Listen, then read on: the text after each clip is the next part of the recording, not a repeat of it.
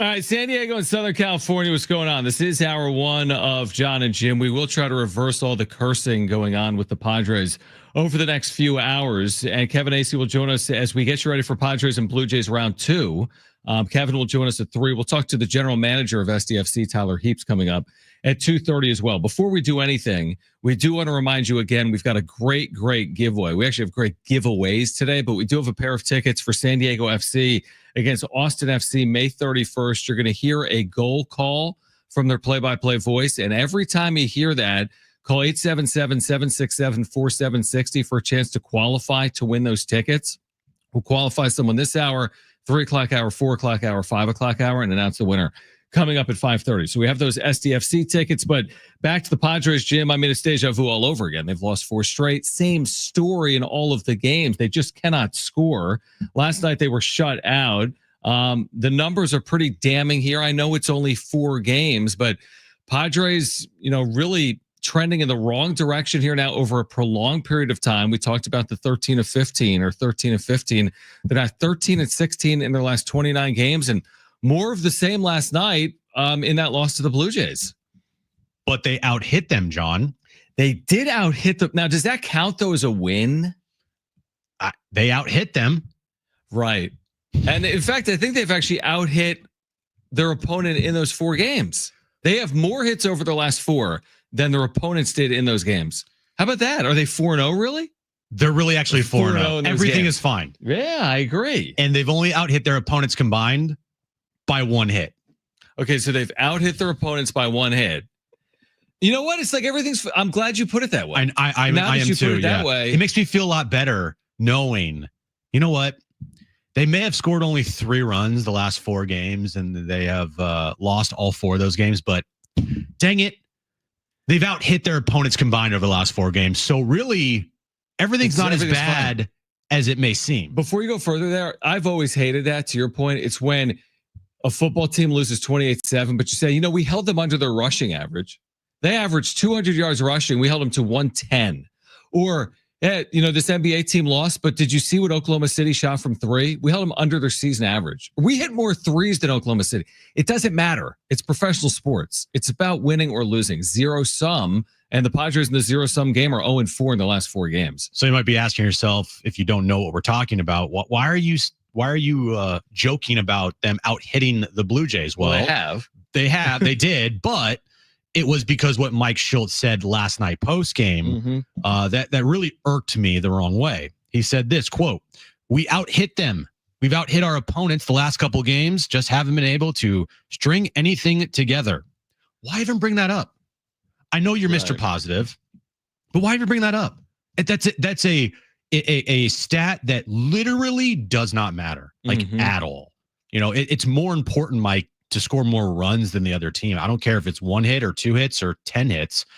It's, have you outscored your opponents? And you haven't. Maybe you should be talking more about the fact that you've only scored 3 runs in the last 4 games than your hits, instead of talking about how many hits you've had. By the way, it's not a great indicator. To your point, you could have 11 hits in the game, and maybe that means you're probably pacing to score 4, 5, 6 runs. But as opposed to having 11 hits, you need impactful hits. We've talked about this. I'll trade all the 11 hits in for the 3-run home run after 2 walks if it's the difference between winning and losing. We've never said, not once when they started 14-3, do we say, you know what, they started 14-3, but they only had 3 hits in one of those wins. Or it doesn't matter. None of it matters, and it is frustrating. I agree with you. And you know what it sounds like to me from Mike Shildt? And it's not fully here, but you know what it sounds like to me? It's an excuse. It's what? It's an excuse. Or you're basically saying, hey, look over here. Because when I look back over in the right direction, I see problems everywhere. Deflecting. I see Manny Machado, where he's completely gone in the tank here. I see Jackson Merrill, for whatever reason, for a week straight, he has not played well. The black hole of the bottom of their lineup, right? So you add this stuff up. I mean, you can't have pitchers be perfect. Dylan Cease truly could have gone 9 hitless innings yesterday. We don't even know if they would have won, because they would have had to score in the 10th inning. So you can't have pitchers be perfect. And at some point, they're thinking about it in the clubhouse too. When you score 3 runs over 4 games, you are pressing. We've said this now for multiple days. They are clearly pressing as a team right now. So here's the thing. Am I going to sit here and am I going to panic? No, yes. I'm not. I'm not. I'm not. Not time for panic. It's not time for panic. I agree. It's not. It's a 4-game losing streak. Their record is still very good. It is. Okay. Now they have not played well over the last almost 30 games here, but overall, it is not time to panic. If they were on like a 9-game losing streak, or if they lost like 15 of their last 20, then it would be a problem. I agree. Losing 4 in a row, it sucks. It is the most frustrating thing in the world. How they have lost these games is very frustrating, by scoring no runs, being completely inept on offense, and that is very frustrating. But it's not time to panic. The Mike Shildt quote last night, to me, was more infuriating than what happened in the game. Now, the game was awful. I mean, that thing was over by like 6:30. By the time I got home last night, the game's like over. A 2-hour game, yeah. So don't get me wrong, the game was extremely frustrating. Coming off an off day and you put together that performance, but that quote just kind of like put me a little over the edge of, are you kidding me? I know that you're Mr. Positive, and there's things that I love about Mike Shildt that over the course of a 162 game season really works. And guess what? He's proven it. So how can I bash him when his antics and him being as positive as he is has worked? But that still doesn't mean that I can't get upset at some things he says, like last night, completely deflecting from the fact that they got shut out and they've lost 4 in a row and their offense sucks right now. We had more hits than them. Well, let me say what is actually truthful, because again, when you're managing, if you're the White House press secretary, your job is to make the White House look good. I mean, no matter who's in office, your job is to make the sitting president look good. So Mike Shildt's job is to make the Padres look good, and by and large, he's done a good job in terms of wins and losses. Here's the truth: they beat the Rockies 21-0 May 10th. You know what today is? It's May what? 20th? 21st. In the 10 days since May 10th, they've hit 213. Their slug is 306. They've averaged 2.8 runs per game. They've lost 6 of 8. So there's the truth. They've lost 6 of 8. They've hit 213 as a team. They cannot hit with men in scoring position. They're scoring 2.8 runs per game. So to me, it falls solely on the offense right now. Dylan Cease gave them a chance to win. Their pitching, by and large, has been really good. This is all on the offense. And the thing that is really damning is that they cannot hit with men on base. They're 0 for their last 24 with runners in scoring position. That's hard to do even if you tried. So there's only one way out of this, and it's through their offense. And I don't know if it's going to be tonight or not against Kevin Gausman, but there's only one way out of this, and it's got to be Manny and Merrill, and this offense has to step up, because you can't have the pitching staff be perfect. That's not going to be enough. Yeah, whatever dumb things that Mike says post games after they lose has no correlation to what they do on the field. It's just Mike Shildt being corny. Right. And it doesn't take away from the fact that you're right. This is on the players. This is on Manny and Jackson Merrill and the bottom of their lineup that is awful. Yep. Like, it is on those guys to turn this around. You know, you can have Mike Shildt deflect and be as positive as you want. It's not going to change the fact that their guys just aren't hitting right now, and they need to be better, a lot better. But with all that being said, I'm still not going to sit here and panic. I still feel very confident with this team that they're going to turn it around. I still feel that this team has the pieces that they can still put together streaks, winning streaks. Like, I truly believe that. But it also, there's a lot of pressure on the guys that I'm confident in to be really good a majority of the time, because when they're not, you really got nothing else behind them that's gonna pick up the slack. You know what Mike Shildt didn't say last night, but Manny Machado did? You just got to tip your cap. Oh, Manny Machado post game. You just got to tip your cap. They're throwing the ball well. We had some opportunities we didn't execute.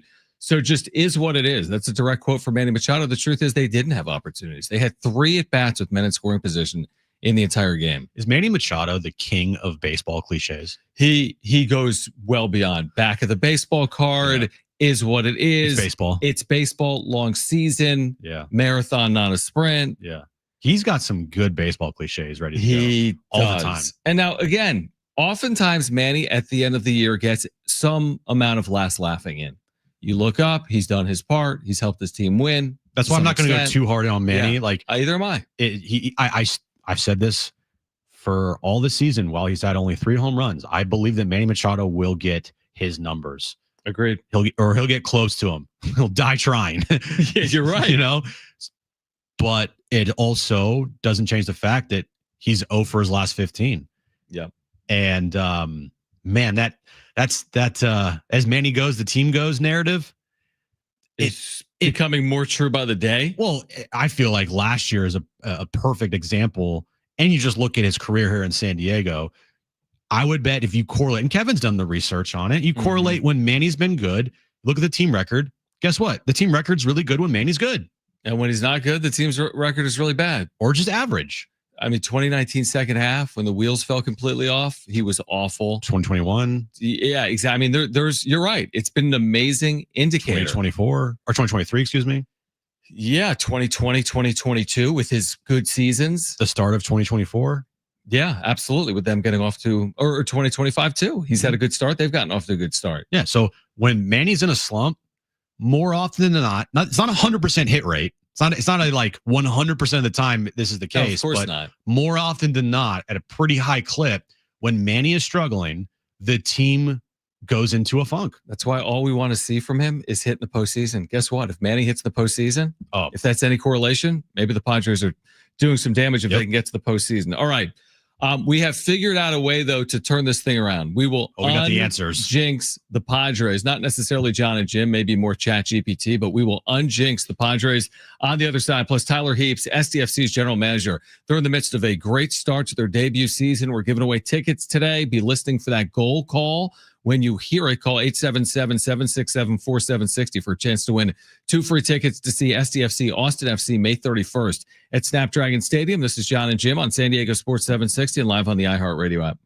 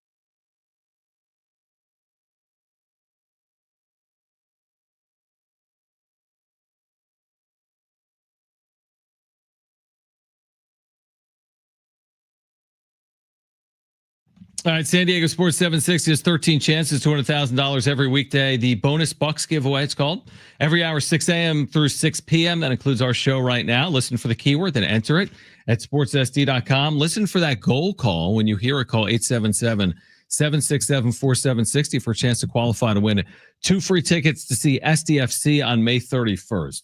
So oftentimes when we recap the Padres games, Jim, on the wrap-up show at night, it gets a little bit off the rails. And by a little bit off the rails, I mean it goes crazy off the rails. Yeah, we were doing some exorcism the other night. Right, which is a bad idea. I stick by. You were, I know. one night you were showing us all your press credentials or something. One time a bird flew in my house and I didn't even know it was there. I did a show from outside of AutoZone. Yeah, because my internet wasn't working. Attacked by an intruder or something that night. Yeah, there's a lot of stuff that's happened. Yeah, so things happen. So last night, because we both have accountability in the slump. You said Merrill, again paraphrasing, best center fielder. Since then he's gone into a nosedive, right? I bought Jackson Merrill's rookie card. And I have it, by the way. Here, I'll put it in. I bought Jackson Merrill's rookie card. Since then, I kid you not, he's 1 for 20 or 2 for 23. Yeah. So we both have accountability. Yes. We're both to blame. Yes, I would say so. So I went to ChatGPT last night and I said, theoretically speaking, if me and a buddy jinx the Padres, how could we unjinx them? And it gave me back the following. It said we could make an atonement offering, which includes, you want to speak the words together on the radio too? Well, here's the thing. You didn't bring your card today, did you? Right. So now you've just ruined this whole thing. Not really. Yes, we were going to do an atonement offering up the card. Yesterday. Well, yesterday it wasn't good enough. It says take the trading card that started this mess and place it in a neutral setting, somewhere peaceful, like a windowsill, a plant pot, or under your TV remote. Then speak the following words together. But yeah, you're right. We don't have the card. We could burn something in studio. I did one time. Remember, I spilled a Diet Coke and something started sparking. Yeah, probably not the best idea, because what it also tells us to do, it says, write the words O for 24 and RISP on a sticky note. Runners in scoring position. Yes. And then safely burn it in a bowl or a fireplace as the paper burns, and then say, we release this slump to the baseball winds. It has no power here. I like that. Okay. Here's something we could actually do. The sacrificial first pitch. Listen to this, Brent. The next time you're watching a game, stand up before the first pitch. So we'll have to do this in the 4:00 hour and fake a windup, throwing a pretend fastball toward the TV. One of you is the pitcher, the other is the catcher. ChatGPT then writes, it's dumb. It's fun though. And it tells the universe we're resetting the karma. Okay. We could do that. Do you want to just, do you want to read our atonement offering? What's our atonement offering? You guys didn't have to sacrifice a live chicken or anything like Major League, did you? No, we haven't done that yet. No.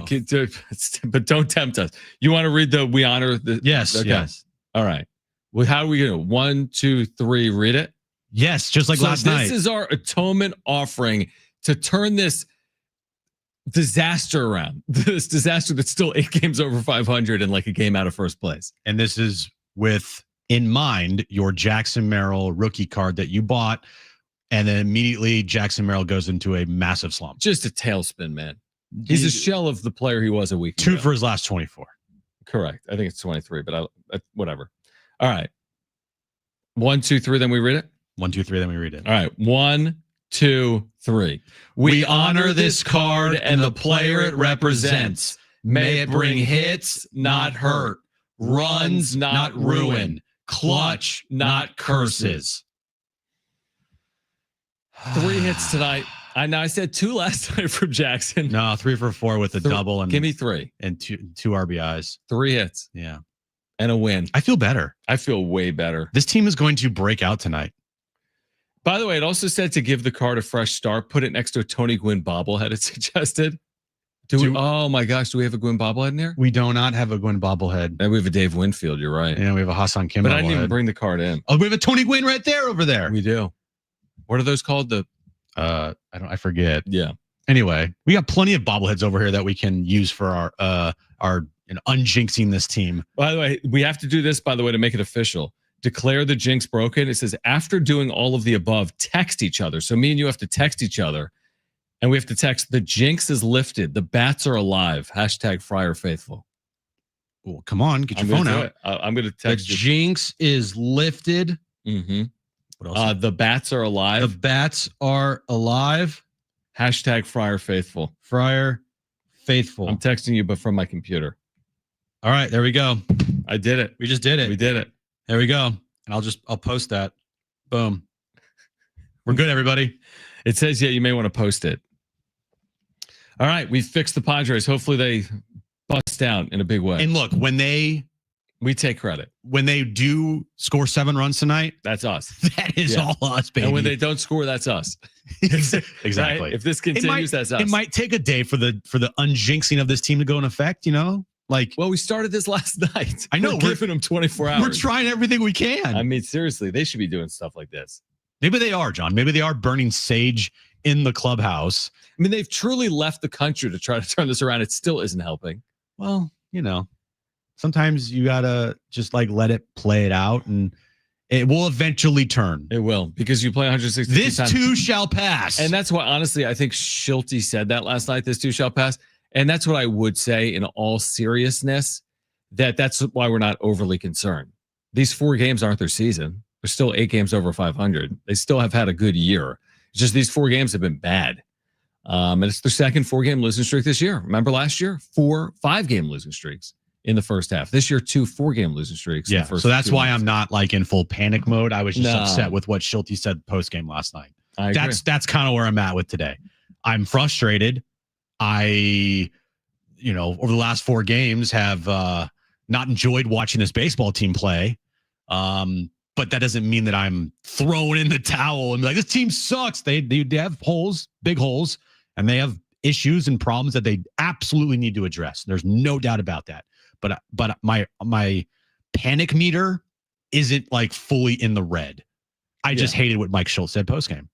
All right, we're going to switch gears for a moment on the other side. Again, be listening for that goal call on the radio. When you hear that SDFC goal call 877-767-4760 for a chance to win 2 free tickets to the May 31st game at Snapdragon Stadium. And speaking of SDFC, their general manager, Tyler Heaps, will join us on the other side. They're in this crazy May stretch, and they're playing well. So the latest on SDFC with their GM, Tyler Heaps, on the other side. Jon and Jim, San Diego Sports 760, and live on the iHeartRadio app.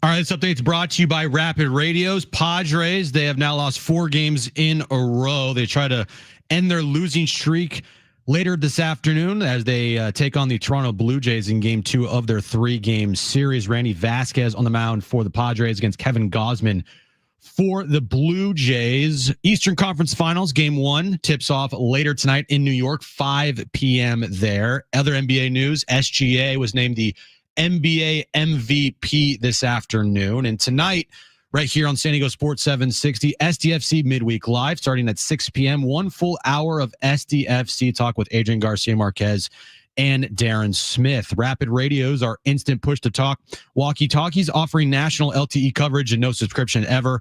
Perfect for instant contact with an aging parrot for a limited time. Go to rapidradios.com and you'll get an extra 60% off and free UPS shipping. Add code radio and get an extra 5% off.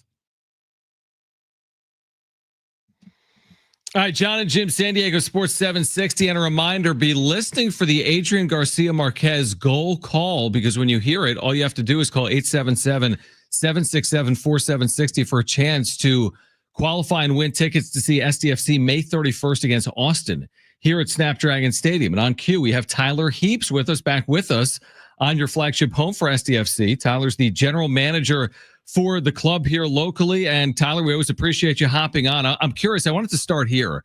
This is maybe the first time in the regular season where you're playing so many matches in such a short period of time, right? You've got the midweek matches. You'll have another one of those coming up. How does that change anything when you're not playing weekly, but you're playing now, 2+ times per week here throughout the month of May? And thanks for hopping on. Yeah, thanks for having me. It's good to be back, and especially now that we're up and running fully. It's been a good season. It's been a great season so far. But yeah, to your point, the schedule starts to get really condensed, and that's about.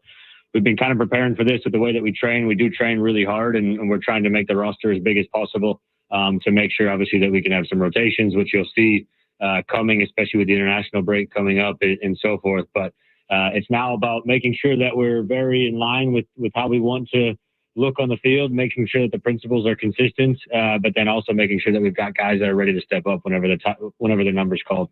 How happy are you after, your 3-game losing streak with how you guys responded in the last 4 matches here, playing some really good soccer?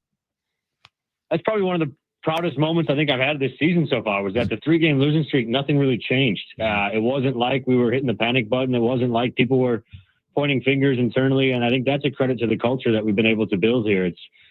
We know that we needed to get better in that stint, but also we still played some good soccer. Like we still were scoring some goals during that time frame. Obviously, luck wasn't really on our side. We were giving up penalties in 3 consecutive games. We had a red card, obviously, and so sometimes that stuff happens. But I'm really proud of the group. The fact that we just kept our heads down, and then great to get a win 5-0 at home against Dallas, where I think we played really well. And I think actually probably our most complete game of the season was midweek against Colorado, and that's a credit to those guys, and we're creating a lot of chances at the moment. Unfortunately, we couldn't score on the weekend, but still another dominant performance where if we do that more often than not, we'll start picking up points. By the way, this weekend, SDFC, LA Galaxy, Snapdragon Stadium, 1:45 start time in the afternoon. You can hear it right here on San Diego Sports 760. Obviously, when you acquire a player of Chucky Lozano's caliber, the expectations are through the roof, and it feels as if from where we sit, that he's been able to live up to those expectations. What type of impact are you seeing? Again, he hasn't always been healthy, but now that he's been healthier, what impact is he making on your side?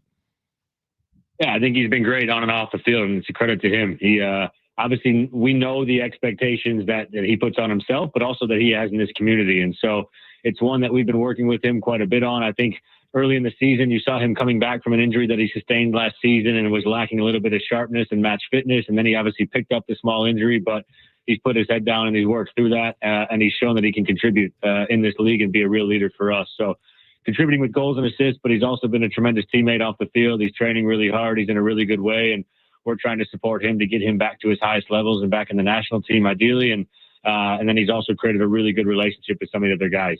He's become a real leader in terms of how he presents himself and how his actions are. And we're hoping that he can continue to contribute from goals and assists as well. What's impressed you the most about CJ Dos Santos' year so far? Already 6 clean sheets on the season.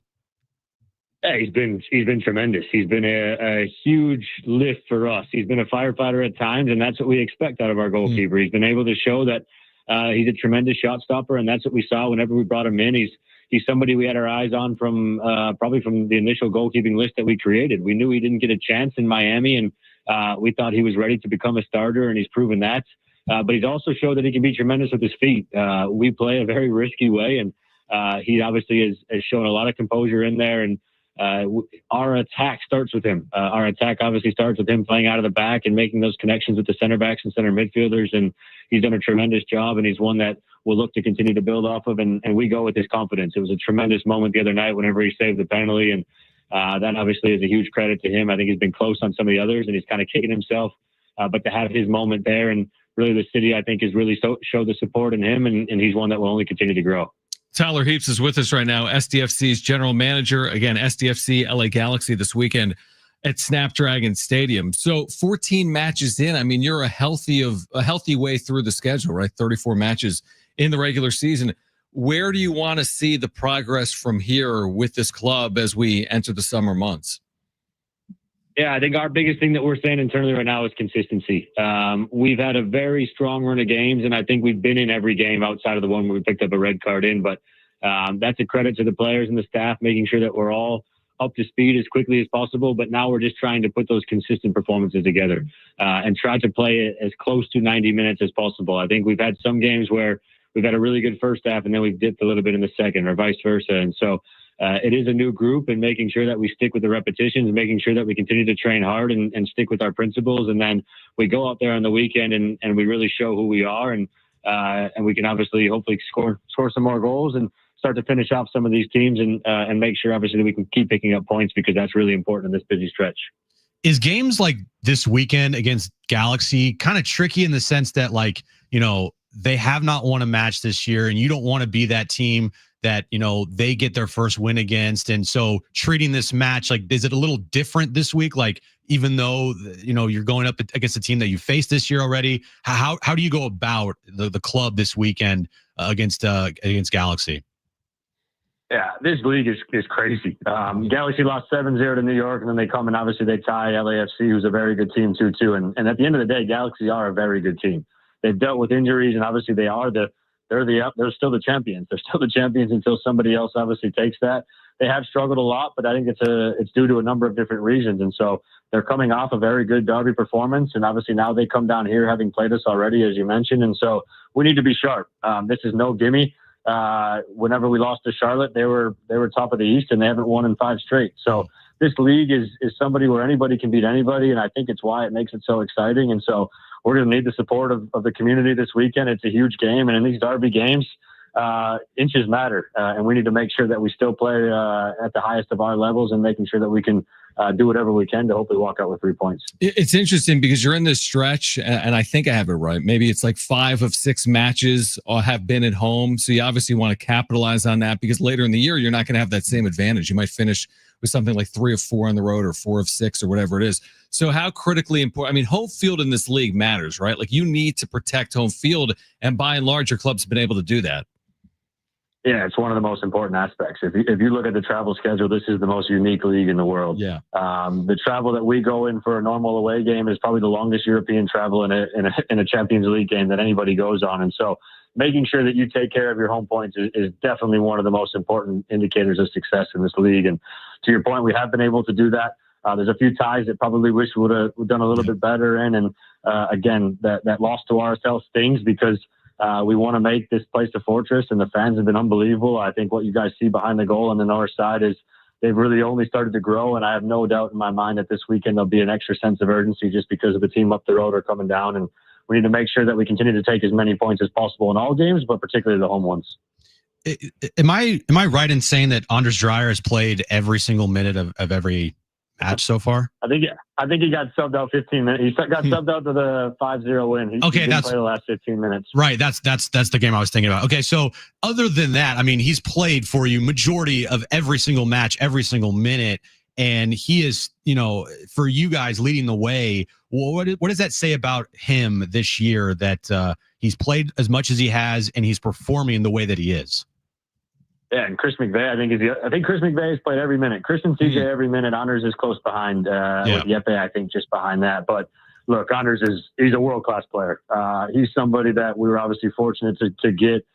He's been a tremendous teammate. He's been a tremendous human, but then on the field, I think you guys see it week in, week out. This guy runs his socks off. He works really hard for the team, and then he has a special quality, and that's obviously his left foot and what he's able to do in terms of passing, final pass, but also final shot. And I think in the time when Irving was injured, he took on a little bit more of a staple role, and he's only continued to progress that. I think he's up there in goal contributions in the league, and he also has very high expectations of himself. And he's probably biting himself a little bit that he doesn't have more goals and assists because he's gotten some really good spots, but that's what makes a really good player. Just the fact that he's constantly ending up in those spots. He was there again in the weekend, and it was 0-0, but he was kind of the main culprit of a lot of those chance creations that we had. Well, another opportunity again for sports fans in San Diego to see SDFC this weekend. Rare afternoon start, 1:45 against LA Galaxy. Tickets are available at sandiegofc.com. If you haven't been yet, you need to go. I went for the first time this past weekend. Well, that was the scoreless draw with my son in a little bit of the rain. It was a great experience. It was a very, I didn't know what to expect because of the weather. But I don't know how many people were there. It was a huge crowd. You had some weather. My son was a little upset, Tyler, because you guys didn't score, and he's 6. And he's like, "Why do they keep it? They keep getting close to the goal, and nothing happened." I said, "Relax. In baseball, they don't always score either. Tell your son that I was upset as well, so that makes 2 of us. Right, and you're older than 6, so thank you. Good perspective. Exactly. Tyler, we'll see you this weekend. We're looking forward to it. Again, for our listeners, tickets are available at sandiegofc.com. You can hear it right here on San Diego Sports 760. And thanks again for hopping on. Appreciate you guys. Thank you very much. All right, great stuff from Tyler Heaps. And again, be listening for that goal call from their play-by-play voice, Adrian Garcia Marquez. We don't have tickets for this Saturday. We have tickets for next Saturday. We're giving away today. Austin FC will be here. Call 877-767-4760 when you hear that goal call for a chance to qualify to win those tickets. And that is beach towel night. First 25,000 fans get a beach towel. Kick off the summer. The summer kickoff night at Snapdragon Stadium. So, we're giving away tickets the rest of this week, and just make sure you're continuously listening for that sounder. They've really played well as an expansion franchise. Shoot, throw that out. They're 3rd place in the Western Conference. They have really played well this year. Yep. All right. On the other side, we're going to get back to the Padres. In fact, we will hear from Mike Shildt. We have pregame audio from Mike Shildt. We'll hear that on the other side. This is Jon and Jim on San Diego Sports 760 and live on the iHeartRadio app.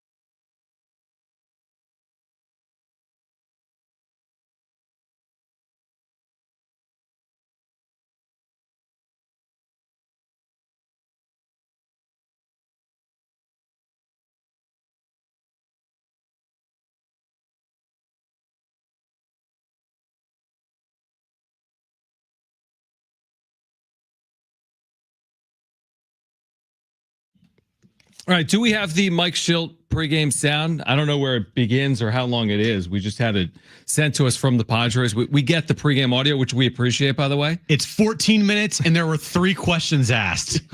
Hey, Mike, how's Canada? I'm glad you brought it up. Let me tell you, what if you started going on like a Shea Gilgeous-Alexander rant because they're in Canada? So I need to talk to you guys about something. Because Shea's Canadian. Yeah, exactly. Like doesn't play in Toronto. And I feel like Mike Shildt, his lane is pretty narrow. It's basically the Padres. He's not talking politics. He's not talking NBA. No, I know. But don't you feel like he doesn't want to entertain anything else? He had Pearl Jam brought up to him, and he didn't know where to go with it. And then if someone else is brought up to him, he might try to joke about it, and it just falls flat. So probably just stick to baseball. Remember yesterday, we're like, hey, what's the update with you? Me? No, talking Darvish, about you me? idiot. Whoa. Just kidding. Okay, this starts with, does Mike Shildt, what do you think he says here, Jim, before we hear it? Okay. This is a tough one. The question is, does he still have confidence in the lineup? Do you think he does or doesn't? This is the easiest call ever. Yes. Mike Shildt's going to go on at least a 2.5 minute I answer about how he has the utmost confidence. So you think he still has confidence in this team?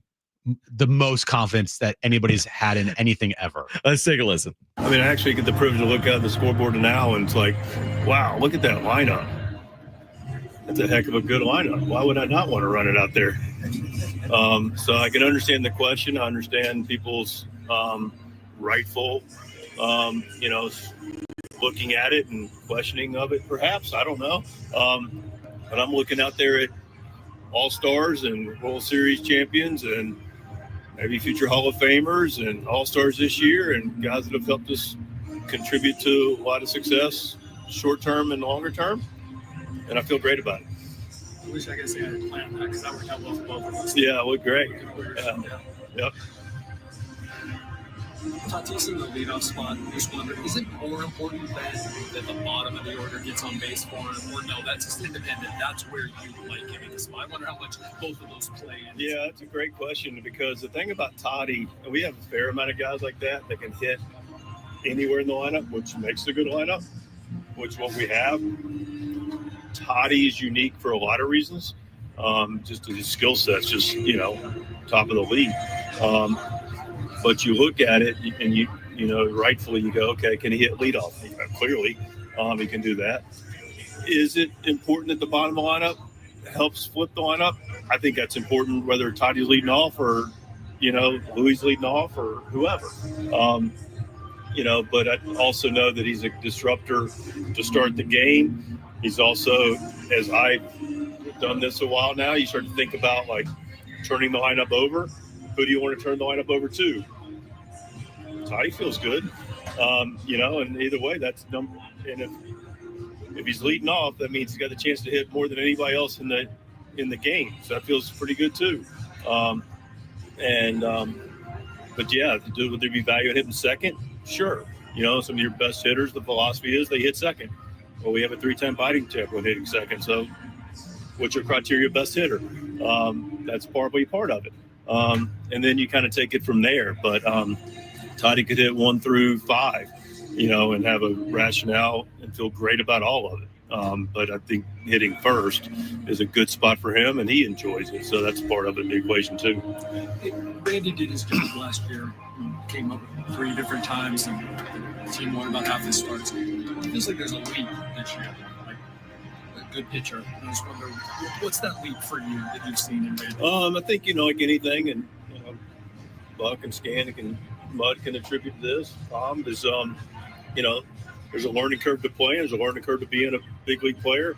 There's a process of what that looks like. Randy took advantage of the experiences he got last year. He was better as he went. He was better every time he came back up. And then this year, had a full off season. I know what that looks like. I know what the preparation looks like. I know what my off seasons look like. I know what. And then coupled with the other starters as a subgroup, is a big part of our subgroup of our team, the starter unity group, and that. I know Darvish has poured into him, and Michael and Darvish are Musgrove and Cease, and kind of like now Nick, like we share experiences, and What's it look like? What's the routine look like? How do you deal with this? How do you handle that? Now we've got catchers like we had last year, and this group's doing a good job with Malty, like talking to him about what he's going to see and how he's going to use his pitches and how he's going to set up a hit or what he's going to use now versus the next time around. So all that just continues to build up into being a better version of Randy, but all the credit goes to Randy. Just answer this before, but what is it that's allowed it to sort of limit the walks in the last couple of seasons? I think, again, leading back to, and I won't speak for him, I'm going to give a general answer, but it is, I think, specific to Randy is, confidence of your stuff plays, right? I mean, one thing you do, regardless of role, when you first get the big leagues, and people have a quicker learning curve to it, but players like, where do I stack up to this level? And once you realize, hey, I stack up, my stuff can play. I've got to use now. I can't just throw it here, but it does play here and here and here with my pitches. But if you're not sure about that, there's a little bit of moment of truth, like, let's try over here a little bit. And when the hitters tell you we don't play over there, it makes you adapt. And so I think he's realized he's been able to get strikes in the zone, and once he's able to and get outs in the zone. Once he realizes that now it allows you to be able to be more comfortable and confident to go do it, which is why he's also pitched really well out of traffic. From your point of view, what makes Gausman effective? Similar to Bassett, different repertoire. Both guys with dirt in their spikes and have done it, and they just have an understanding of what they're doing. With Goss, he's going to be able to throw his heater, and he's going to be able to have another gear if he needs it. He's going to be able to throw the split. He's going to be able to recognize, where he can get a chase and where he needs to get for a strike. And he's got the pitches and the mindset and the ability to understand how to navigate through a lineup multiple times. All right, Shildt pregame in Toronto, where he does, Jim. Yeah. He does have confidence. Shocker. Let me say it again. Does not have confidence in his team. He has the privilege of watching this lineup. No, of just looking at the scoreboard that says their names. It's like, wow, got Hall of Famers out there. You got World Series champions. You got, rookies of the year. Like, you got some amazing talent. I was going to say, I actually get the privilege to look at the scoreboard now, and it's like, wow, look at that lineup. Wow. Please save that. Wow. Just save the wow. Look at that lineup. Wow. That's incredible. Look at that lineup that scored 3 runs over the last 4 days, and I haven't changed a damn thing in it. So he does have the world champ. Wow. Look at that lineup. That's amazing. He's got Xander's got 2 titles, right? 2 championships. Yeah. Manny, he wasn't kidding. We said there could be future Hall of Famers in there. Manny could be a future Hall of Famer. Martin Maldonado's got a World Series. Jason Hayward's got a World Series. True. You're right. Luis Ariz is a batting champ 3 times. 3 times. Jackson Merrill, all-star. Man, you bring up some good points. Look at that lineup. What do we need to unjinx? They're fine. Everything's fine. By the way, I mentioned it earlier, but Kevin will join us from Toronto in 5 minutes. So we will catch up with Kevin. I need more on Darvish. I need more on... Kevin wrote extensively about this today. The 3 runs in 4 games, it's not like unheard of for even World Series caliber teams to have a stretch where they score 3 runs in 4 games, obviously over 162. But Kevin's there. He talked to Shildt today. I want to ask Kevin if he feels like it's a privilege for him to talk to Mike Shildt about the privilege that Mike Shildt has to see this lineup on the scoreboard. I don't know if he's going to get that or not. All right, so Kevin Acee will join us on the other side. Again, be listening for that goal call from SDFC. When you hear a call, 877-767-4760, you'll be entered to win a pair of tickets to see SDFC May 31st. We're qualifying someone every hour of the show. We'll announce the grand prize winner of those tickets at 5:30. But Kevin Acee will join us next on Jon and Jim, San Diego Sports 760 and live on the iHeartRadio app. Wow, look at that lineup.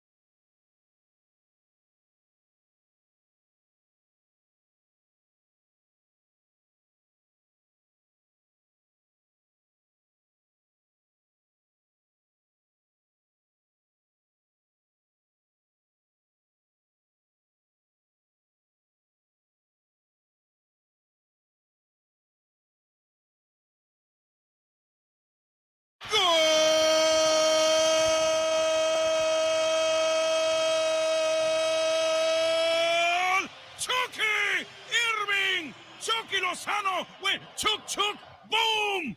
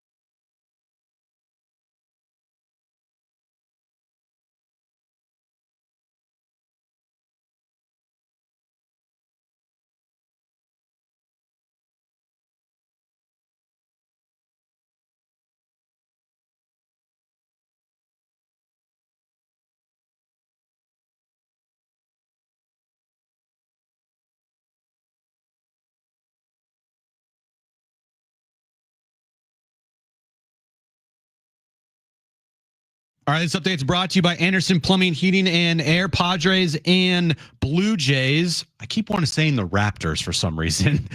It's not the Raptors. It's the Blue Jays. Second game of their 3-game series, 4:05 first pitch. Randy Vasquez on the mound tonight for the Padres against Kevin Gausman for the Blue Jays. Game 1 of the Eastern Conference Finals tips off at 5 p.m. in New York. Pacers and Knicks. Last night, Oklahoma City Thunder, they took game 1 over the T-Wolves, and today Shai Gilgeous-Alexander was named the NBA's MVP.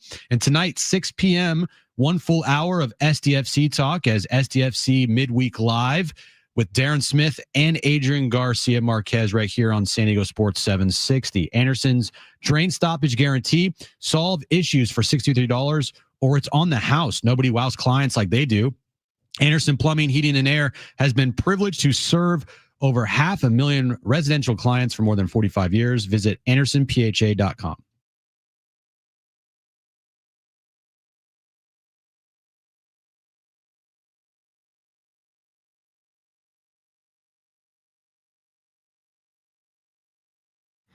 All right, hour 2, Jon and Jim, and we go back to Toronto, where the Padres are an hour away from taking on the Blue Jays this afternoon. Always great to connect with our Padres insider, Kevin Acee. And as hard as it is to believe, Kevin, the season isn't over, even though they've lost 4 straight. I know some people believe that was it.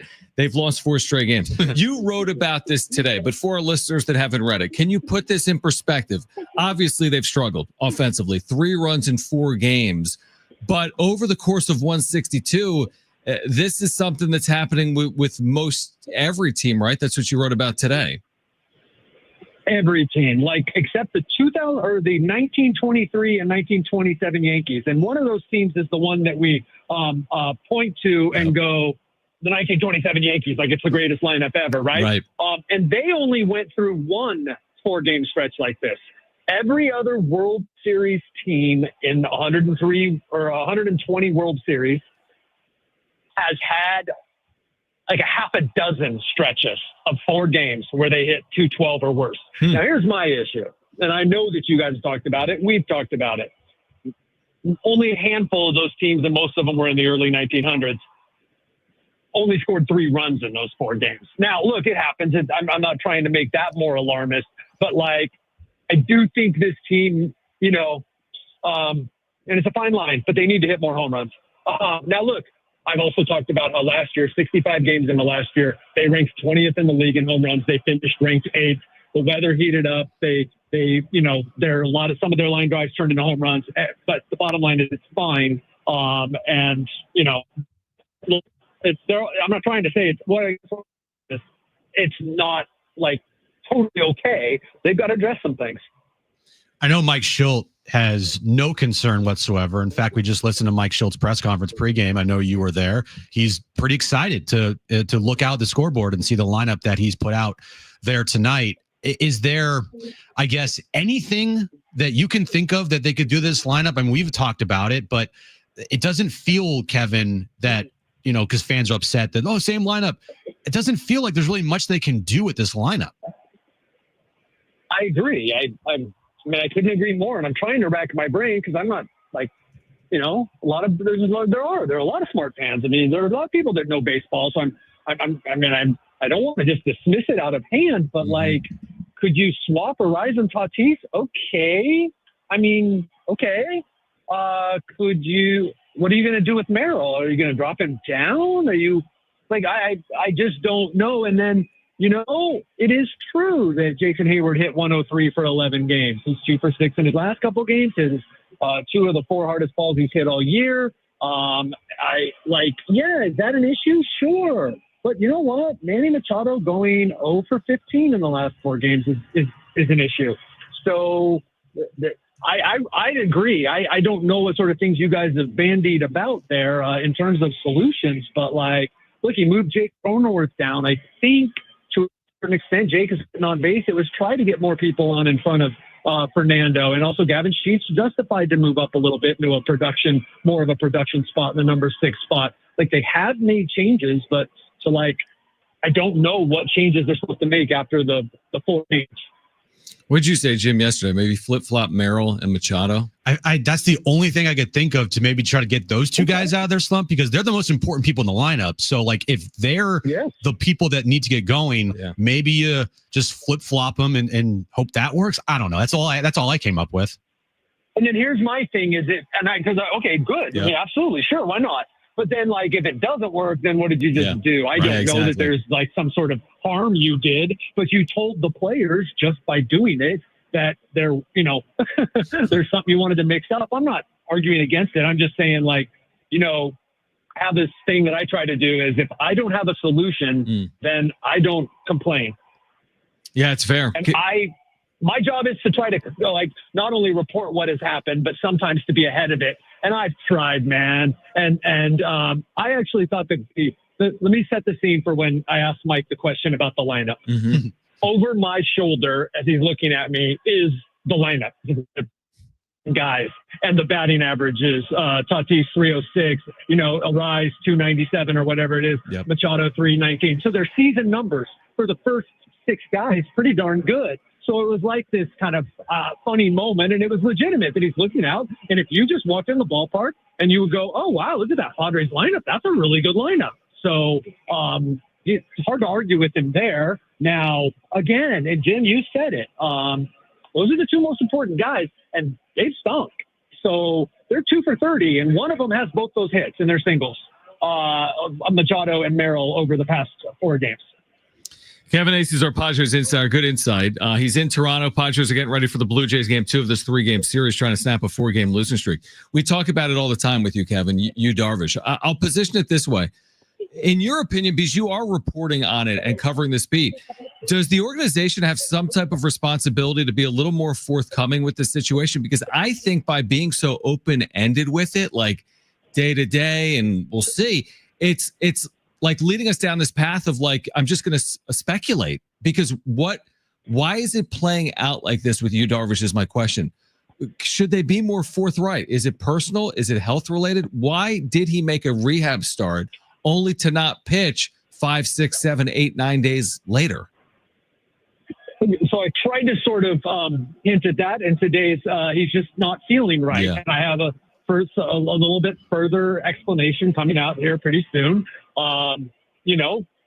Which is basically furthering the he's not feeling right. Okay, so I get the more forthcoming request, but the problem is they have. And when I say problem, the problem with being more forthcoming is that it's kind of impossible in that they have left this up to Darvish, which is not unprecedented. Mm-hmm. You have a guy that AJ Preller has a long history with. You have a guy who has won 200 games between Japan and the United States, pitched thousands of innings, knows his body. You have respect for. You give Mike Messina, CC Sabathia, Roger Clemens, Yu Darvish. You give them, and that's exactly how these guys were handled too. When they're coming back, they get to determine it, and that you can't tell a guy he feels okay. You can't. Now you can try to work with him to work through that, to get him to understand this is just how you're going to feel. And I believe that's the process that's going on now. But, you know, he just isn't feeling ready to pitch yet. And that's the way it is. I think the Padres are in a tough spot. He expected him to be pitching by now. You cut out for a second. You said they expected him, Kevin, to be pitching by now? Yes. They expected him to be pitching right now. They left it open. They always did leave it open-ended. They're not trying to put pressure on you. But the expectation, and I think Yu Darvish's expectation, we saw in 97. They had a lot of people in Vegas watching him, and the reports were excellent. And going into it, there had not been any setbacks, and they had gone super slow. And they expected that at some point on this road trip, maybe the start of the next homestand next week, that Yu Darvish would be back. And it does not look like that will be the case now. And so the team, you know, wanting to be respectful of you is sort of taking it right now, right? Like, and not like, but, you know, I talked to a lot of people, and my reporting has told me that you just isn't ready yet. And I, it's not the first time I've ever heard that about a veteran coming back. But yeah, that's what they're working through. And we've talked about this too, Kevin. Like, no one can say a bad thing about Yu Darvish, the person, at all. He is a great human being for all accounts.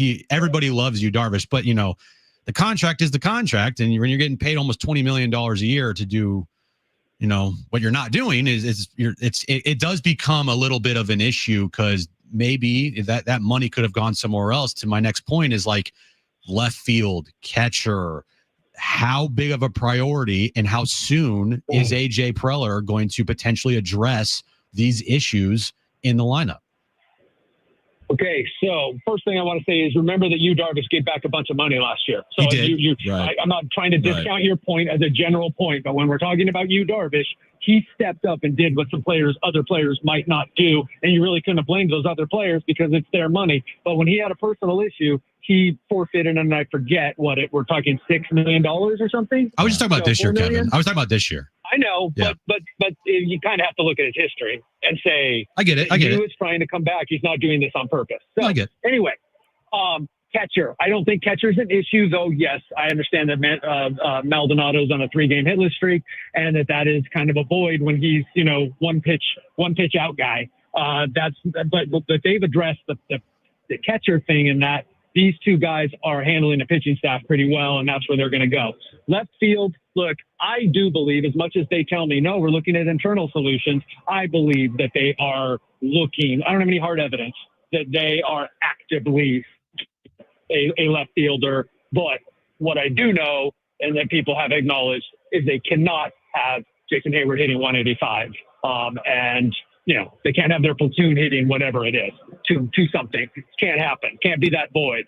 I will say that when the team is struggling like this, it's a bigger issue, because this team's built around the core. It's something I've said since 2023. They were deeper last year. They're better that way. They're deeper this year, supposedly, and they have shown the ability to move the line with the offense, even in the 7, 8, 9 spots. That is super important. But the fact is, like, they win a couple of these games, these 4 games, if someone hits that is making the money that that says they're supposed to hit. And then Jason Hayward isn't the guy that we're all looking at going, you know, you're old and you suck. And so I think it is an issue, but I think it can be made a bigger issue when the team is struggling. Yeah, I agree with that. I want to end my final question with this. Despite all that, and you're right, when you're in the here and now and it's not going well, it's easy to have that recency bias. But when you compare 2024's ability to move the line and all those like big innings, those 4-run innings, and I haven't done the research, you probably have. Like, how many 4-run innings did they have a year ago at this time? How many 4-run innings do they have right now in 2025? Doesn't it feel like 2024 was built more to move the line because of Profar, right? So he's in the top half of your lineup, but then because of the Solanos and the Peraltas that just came through. So that's just me. Again, recency bias, they're struggling on offense, but doesn't it feel like 2024 was more built for the big inning than 2025? Yep. It absolutely was. They did a great job, luck in. Yeah. It's just Solano and Peralta. You are absolutely right. I don't know off the top of my head, but that is something that I religiously keep track of. And they were well ahead. And now there was a time until recently, I think it started after New York, where they were pretty much on par with the 4-run innings, the 3-run innings, the times in a game where they were scoring multiple runs in multiple innings. These are the kind of things I look at in terms of a team having an offense that moves the line and that gets things done. And they were on par at that point. And by the way, the record was far better this year. So, true. That's not that. Yes, that is. I love that we are having these conversations because it means we have incredibly high expectations for them, so that when they're 8 games over, we go, well, but they're whatever it is, 4 games under since April 18th. And here's what the offense is not doing since May 5th. And this is not acceptable and it can't keep going. And yes, their offense is supposed to be better than this. It's supposed to be built to not have 4-game stretches where you score 3 runs because of the pressure they put on and all that. But I'm just going to go back and beat the table that 2 for 30 from their 3 and 4 hitters is a huge thing, because how does the line keep moving when, and I've got it here in my book, how does the line keep moving when those guys are boys? And how many times have those guys, twice, by the way, is the answer, in the last 4 games, have struck out in succession with at least 2 runners on. One time with runners on the corners, one time with bases loaded. You want to talk about, I'm not going to look it up because you guys don't have time, but I got it in my book here.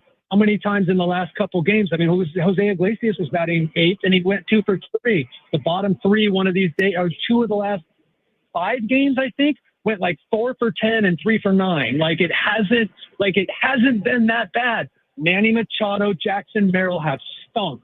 And that's okay, because the greatest players do. Manny Machado, if he goes hitless tonight, will have equaled his longest streak in 7 years as a Padre. It doesn't happen, but it's happening right now, while Jackson Merrill's having one of the worst stretches of his career. And to me, your points are valid, absolutely. But to me, that's the problem. Yeah, it's well said. I buy it. And they'll snap out of it because it's Manny Machado. I think Merrill will, but Merrill late on some 89-mile-per-hour fastballs last night, but did have a base hit. Kevin, we'll let you get back to it. We know we're within an hour of this game. We'll talk to you from Atlanta on Friday, and we appreciate you taking time for us. Right on. Take care. Great stuff from Kevin Acee, brought to you by the all-new Jamul Casino Resort, the Players Place. We react. Plus, you got to read into what he just said about Yu Darvish, and we will on the other side of Jon and Jim.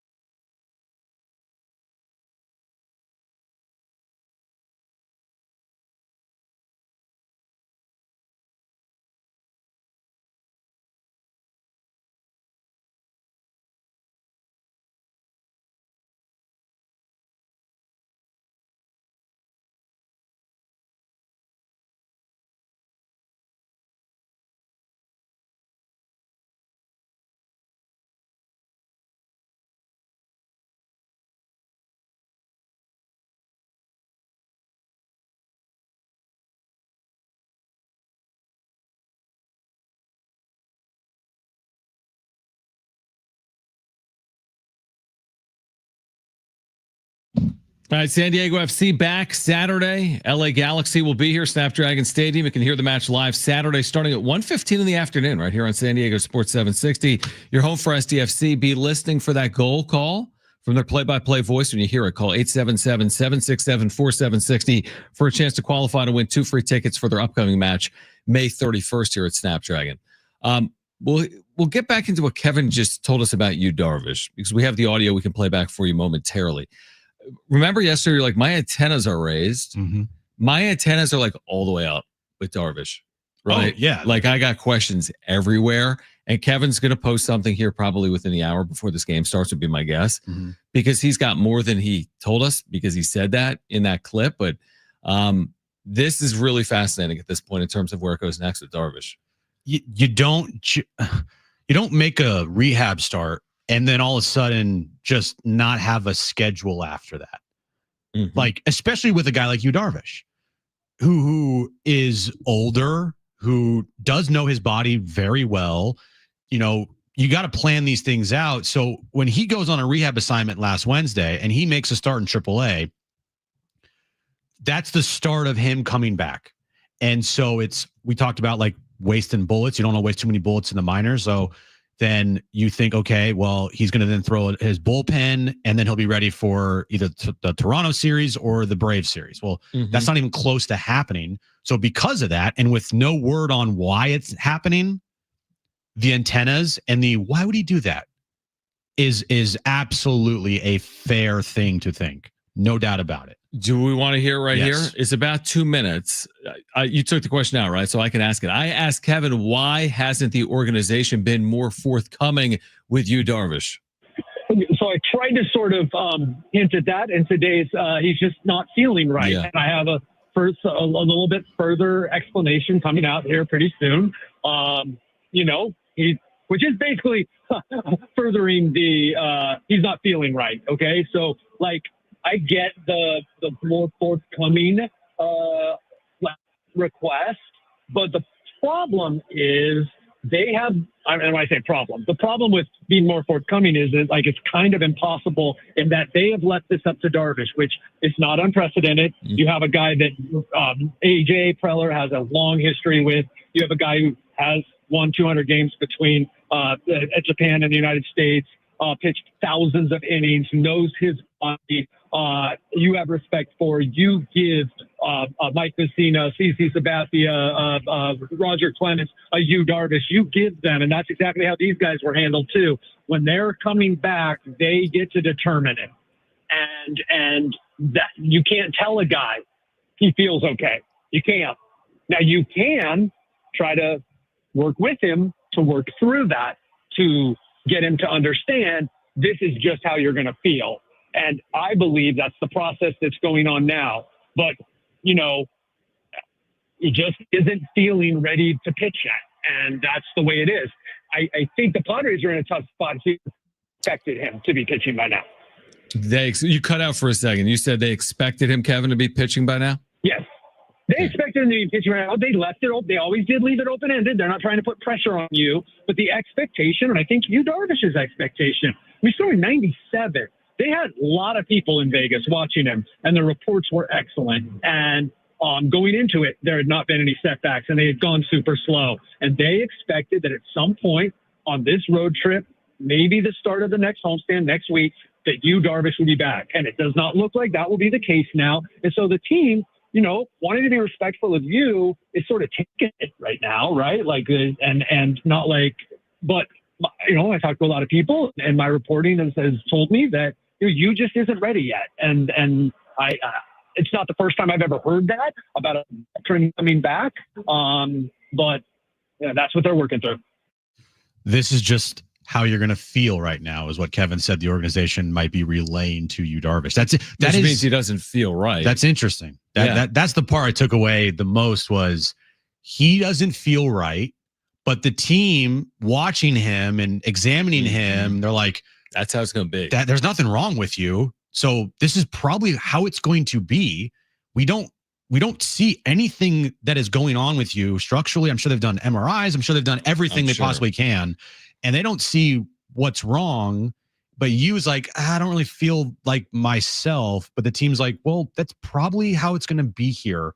But as of right now, you're fully healthy. From our standpoint, you're going to have to deal with it. If you caught it also in there, he said that while they had hoped he would pitch either on this road trip or when they get back home, he said that appears to be unlikely. He reported yesterday it was unlikely he would pitch in Atlanta. What he just said there, and I'm paraphrasing, I believe, is that it would be unlikely that he appears in that first series when they get back home too. So we're kicking this can now down the road, which is fine. It's still only May 21st. Yeah. But now you made a rehab start, and now you're going to go 10 plus days without pitching. What does that even mean? Well, does that mean you make another rehab start? This goes to the point of how confident are you that when Yu Darvish returns, that he is going to make a start every 5th day? Not overly, and I think they'll try to protect him initially by sticking with a 6-man rotation, and he will pitch every 6th game because they will not put him on a 5-man. Well, it's not even a 5-day rotation. It's just will he make his start? I mean, I have questions. I'm sure everyone has questions, including the organization, and even on a 6-man rotation. You're really not even think about that. If they stick with a 6-man for a while and he comes back in June, how many starts are we even asking him to make this year?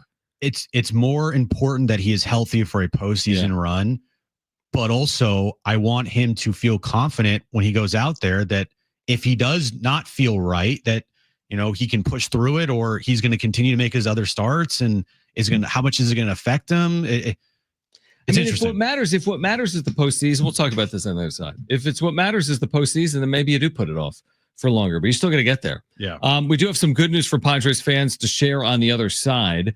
Plus, we'll get to the wrap at 4 p.m. This is Jon and Jim, San Diego Sports 760, and live on the iHeartRadio app.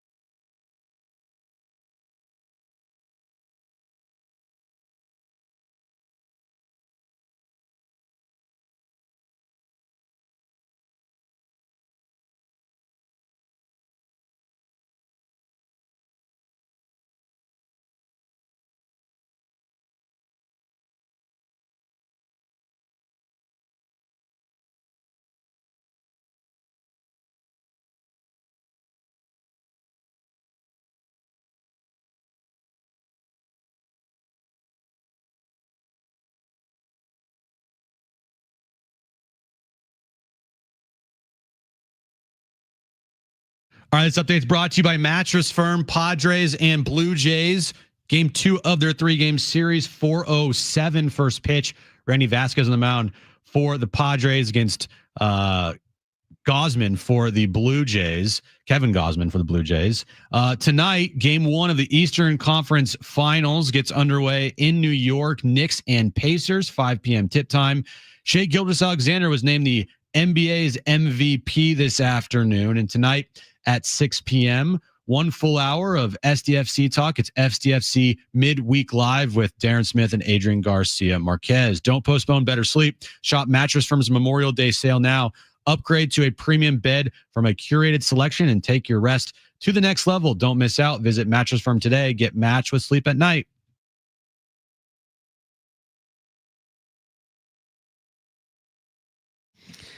All right, Jon and Jim, San Diego Sports 760. You know how you talked about the other day, like you ever get like text from your wife while you're on the air? This is what I get from Kristen 10 seconds ago. She's listening? No. Okay. This is just the text. There's no like context. Nothing? Now, were you texting her previously or just like a random text out of nowhere? I sent her an hour ago. I'm like the ChatGPT jinx thing because I thought she'd find it funny. She's like, I was actually listening. Oh, okay. Which I'm like, what? So an hour later, I get this text from Kristen. OMG, a human foot found at our beach. What? Okay. It's not ours, right? You're still on? A human foot found at Torrey Pines State Beach.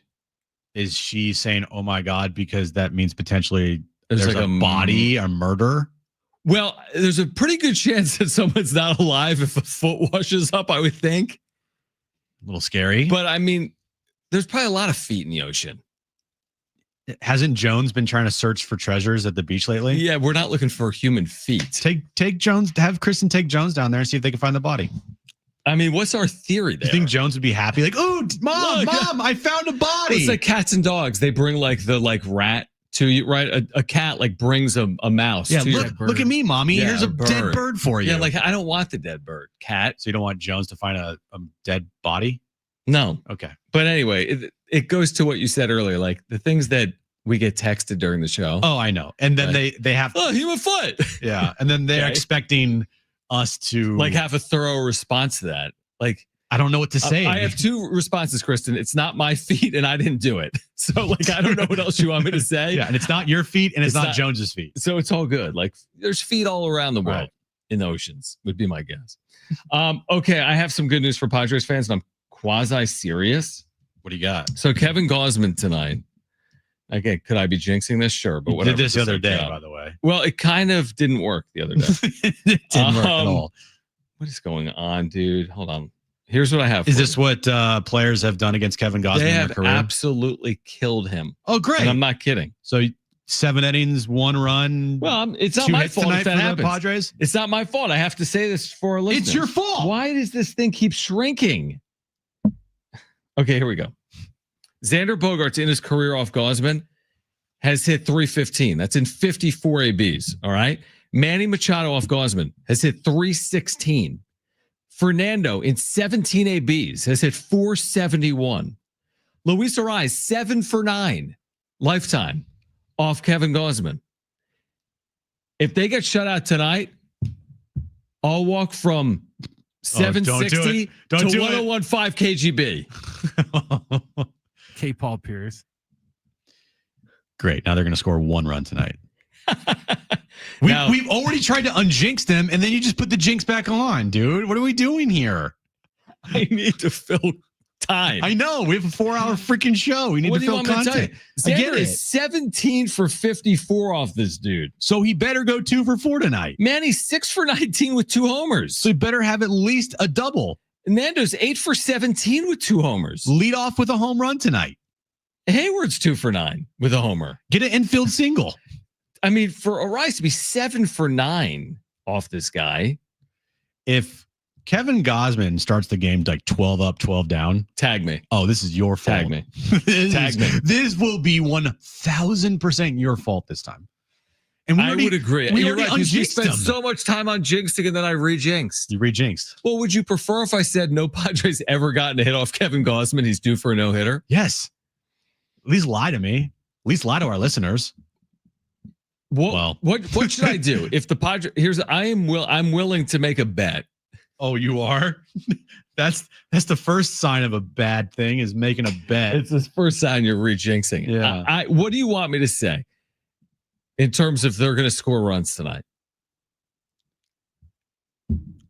I'm just telling you right now, they're going to score tonight more runs than they've scored in any of their last 4 games. I could see them scoring 2 runs in this game. Because they haven't done that in like 6 days.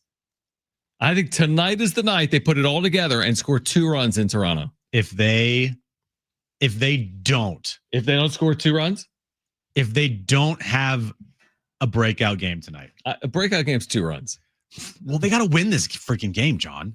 I can't guarantee a win, but what are you asking? Would you eat a chicken nugget? Sure, absolutely. A chicken nugget? That's nothing, man.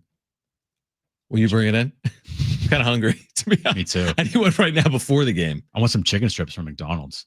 Do you? Not Just really. in general, you're craving? It was on my back page a couple weeks ago. So right.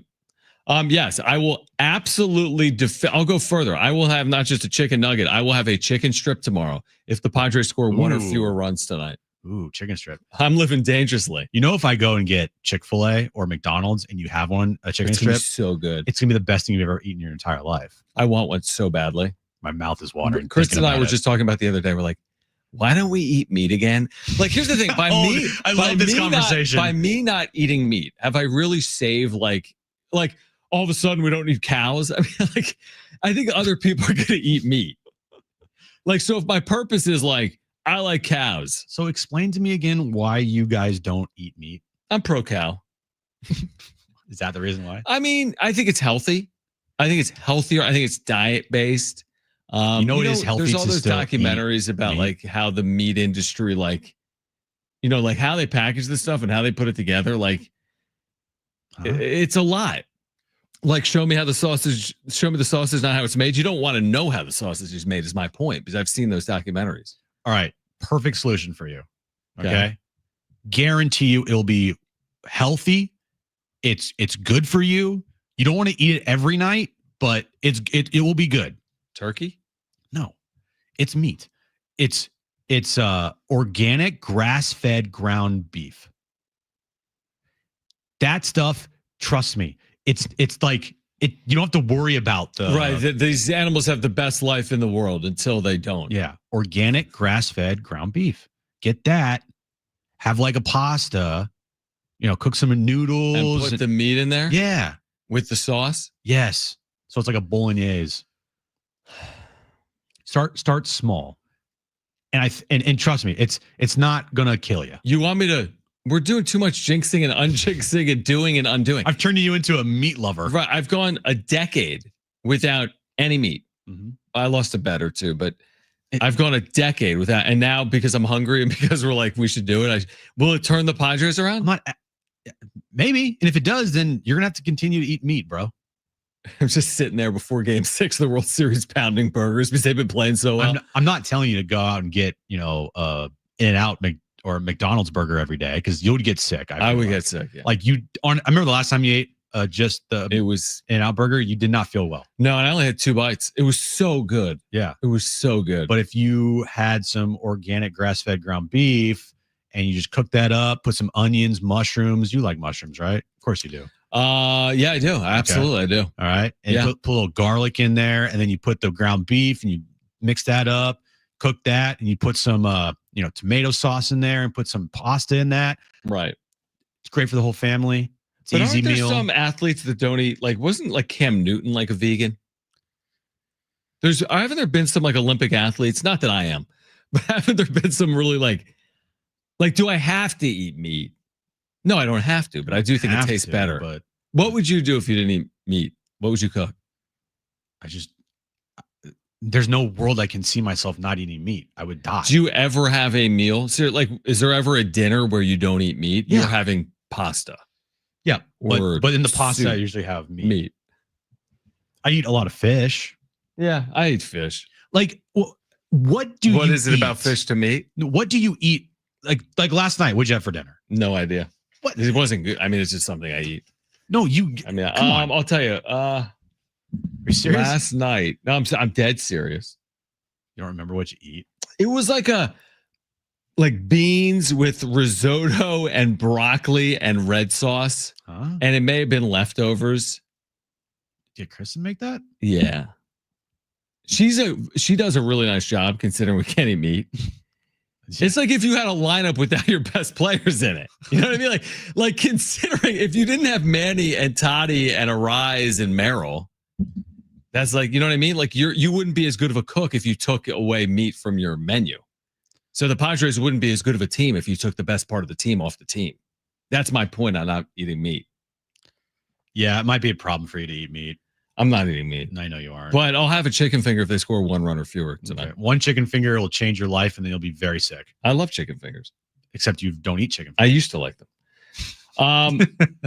All right. On the other side, still the wrap is ahead. Be listening for that sounder when you hear the goal call from SDFC. You call 877-767-4760 for a chance to win a pair of tickets to see SDFC on May 31st at Snapdragon Stadium. This is Jon and Jim on San Diego Sports 760 and live on the iHeartRadio app.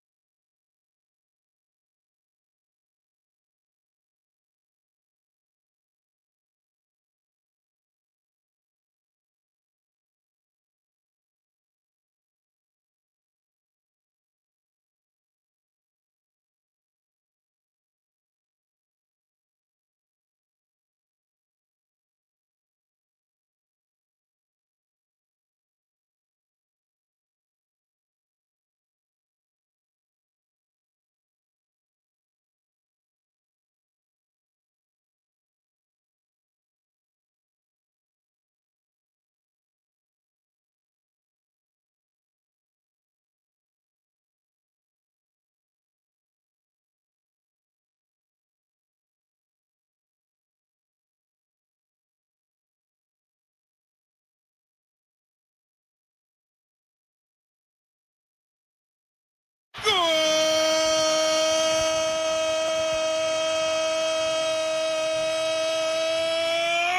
Chucky Irving! Chucky Lozano with Chuk, boom!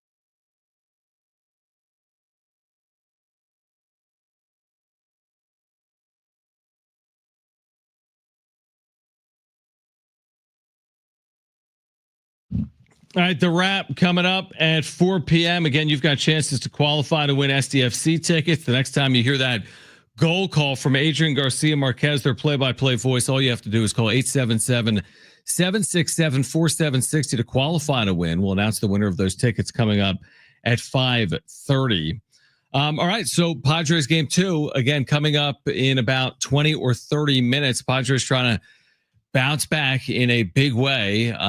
Hopefully the narrative changes, Jim. I feel like it's deja vu all over again here. And we could use maybe a new narrative come tomorrow. Yeah, don't tell us we haven't tried. Right. We've done everything. We've tried everything, guys. Mm-hmm. Trust me. We are not just sitting here saying, I don't know, and throwing our hands up in the air. We are trying everything in the book. Oh, yeah, truly everything. So at some point they're going to break out, right? Like 100% they will. Like they are going to break out. It's the ebbs and flows of a baseball season, the roller coaster, even though Shildt didn't like calling it that last year. Mm-hmm. It is a roller coaster, and the last 4 games have been awful, but the best thing about baseball is there's always a game the next day, or majority of the time there's a game the next day. So you can go out tonight, you score 6 runs, beat the Blue Jays 6-3 or 6-2. And it doesn't really feel like that 4-game losing streak happened just, recently. It feels like that happened a long time ago. Like one win can really just make you feel differently about, everything. Yeah, it can. And I'm wondering, to your point, of course they're going to break out of it. Of course. And I kind of wonder what the moment's going to be. Like, is it going to be, oh, finally, Manny homered. Like a 3-run homer from Manny. Like, what is it going to be? And honestly, it could be anyone. I mean, if it's 3-run home run from Martin Maldonado, great. But I'm expecting it to be, is it Jackson Merrill with a 3-hit game, or a big 2-run double or 2-run triple? Like, what is the moment going to be that just gets them out of this funk? And it really is a funk. I mean, 0 for 24 men in scoring position, 3 combined runs in 4 games, not more than 1 run in any of those 4 games. So they'll get out of it. Hopefully that happens here tonight. Otherwise, we're going to be saying the same thing come tomorrow. I know that. Don't you feel like they need like a lid lifter moment where, like you just mentioned, what is that moment? If Jackson Merrill tonight goes 3 for 4, that's good, but it could be 3 singles spread out over the course of the game with 2 outs and no one on, with nothing comes of it. Mm-hmm. They need a lid lifter moment where Merrill hits a 3-run bomb, or Manny hits a 3-run bomb, or something to just make the entire dugout have a sigh of relief. Like, okay, we're good. Yeah, no, I would completely agree with that. I mean, they could use that crooked inning. It's not just, give me a crooked inning tonight. It's not just like, oh, Merrill hit a solo home run. That's great. And Manny hit a solo home run. Like, you could use that 3-4 run inning in a bad way. Because Toddy hit a home run on Sunday to lead off the game, and they lost. Yeah, they led Saturday and Sunday. Gavin Sheets home run, they led, they lost. Tatis home run, they led, they lost. That's why the 3-run homer, the 2 home runs in an inning is what you need more than just like a leadoff home run, because that's happened over the weekend. Toddy had that leadoff home run on Sunday. You're like, let's go. And I remember Arias got a hit after that, and then it was nothing after. So. Yeah, no, you're 100% right.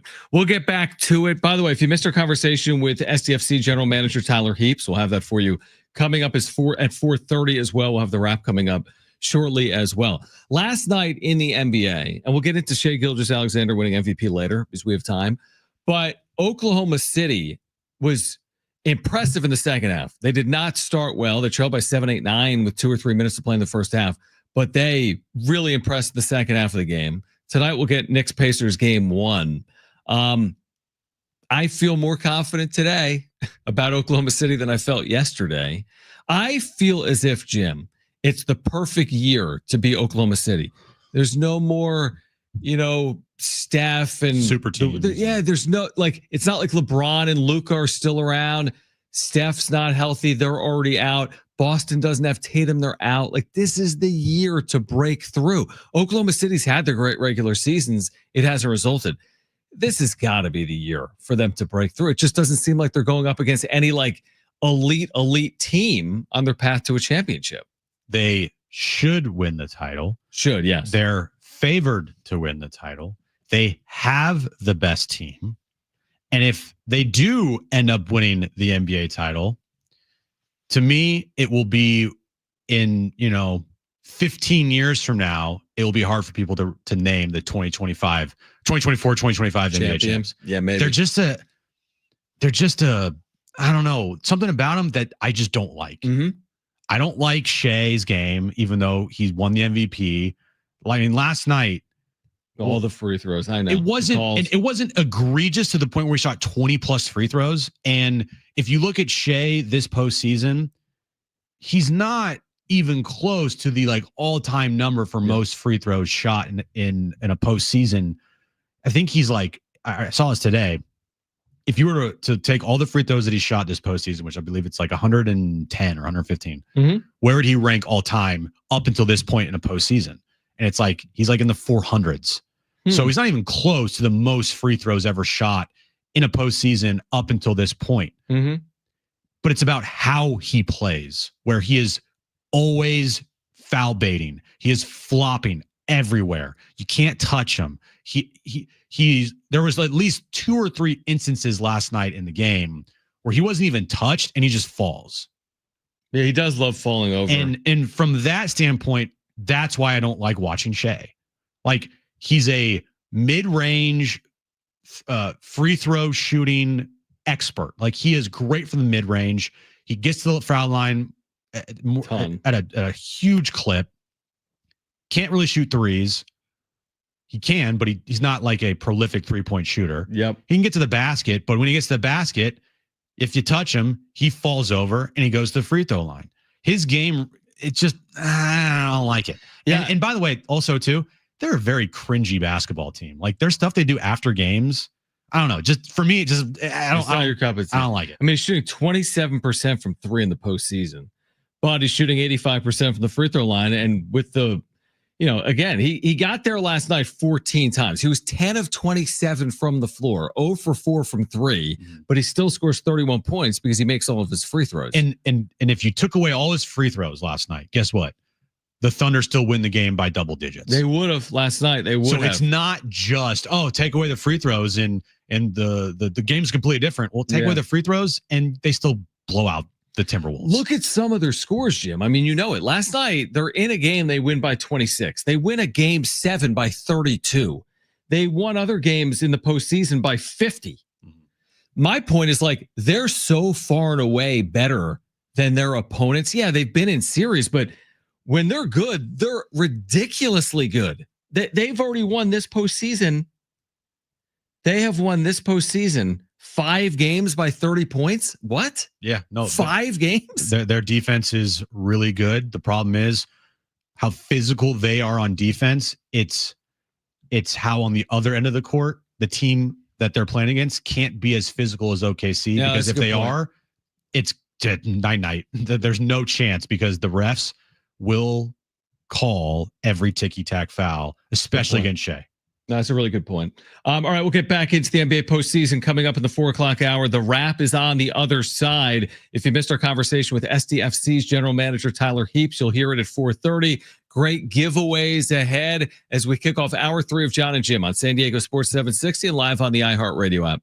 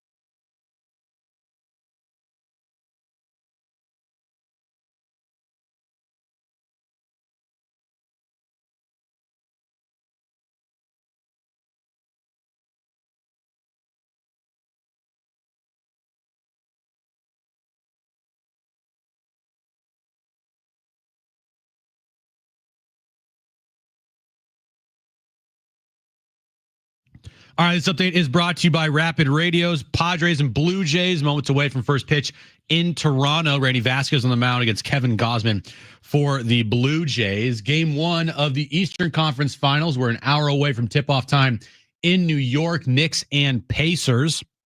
Last night, OKC, they beat the Timberwolves in Game 1 of the Western Conference Finals. And today, Shai Gilgeous-Alexander was named the NBA's MVP. And tonight at 6 p.m., 1 full hour of SDFC talk with Darren Smith and Adrian Garcia Marquez right here on San Diego Sports 760. Rapid Radio is our instant push-to-talk walkie-talkies offering national LTE coverage. No subscription ever. A great alternative to a mobile phone for your kids for a limited time. Go to rapidradios.com now for 60% off and free UPS shipping. Add code radio and get an extra 5% off.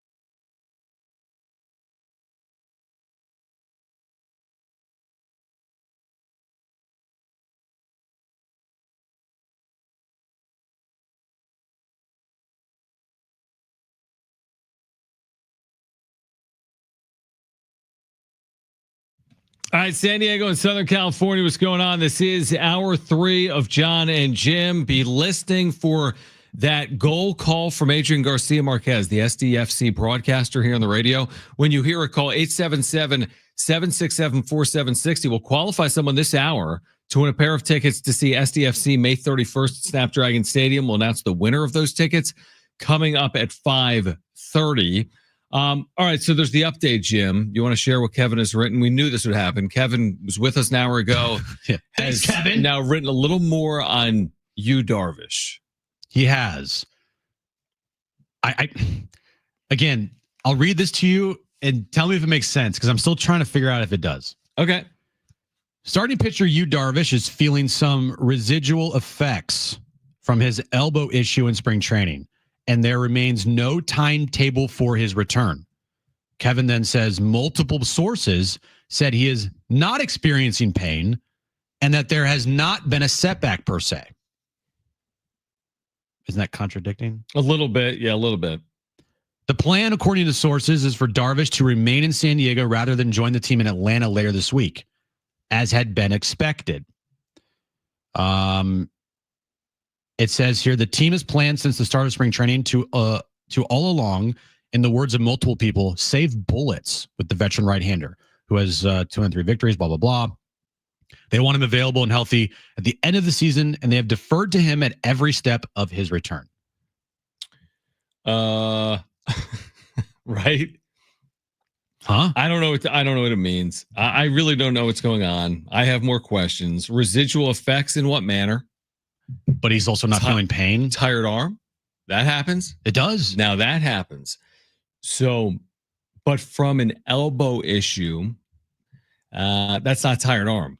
From an elbow issue. Tired arm is you are healthy, but you're just not feeling like yourself.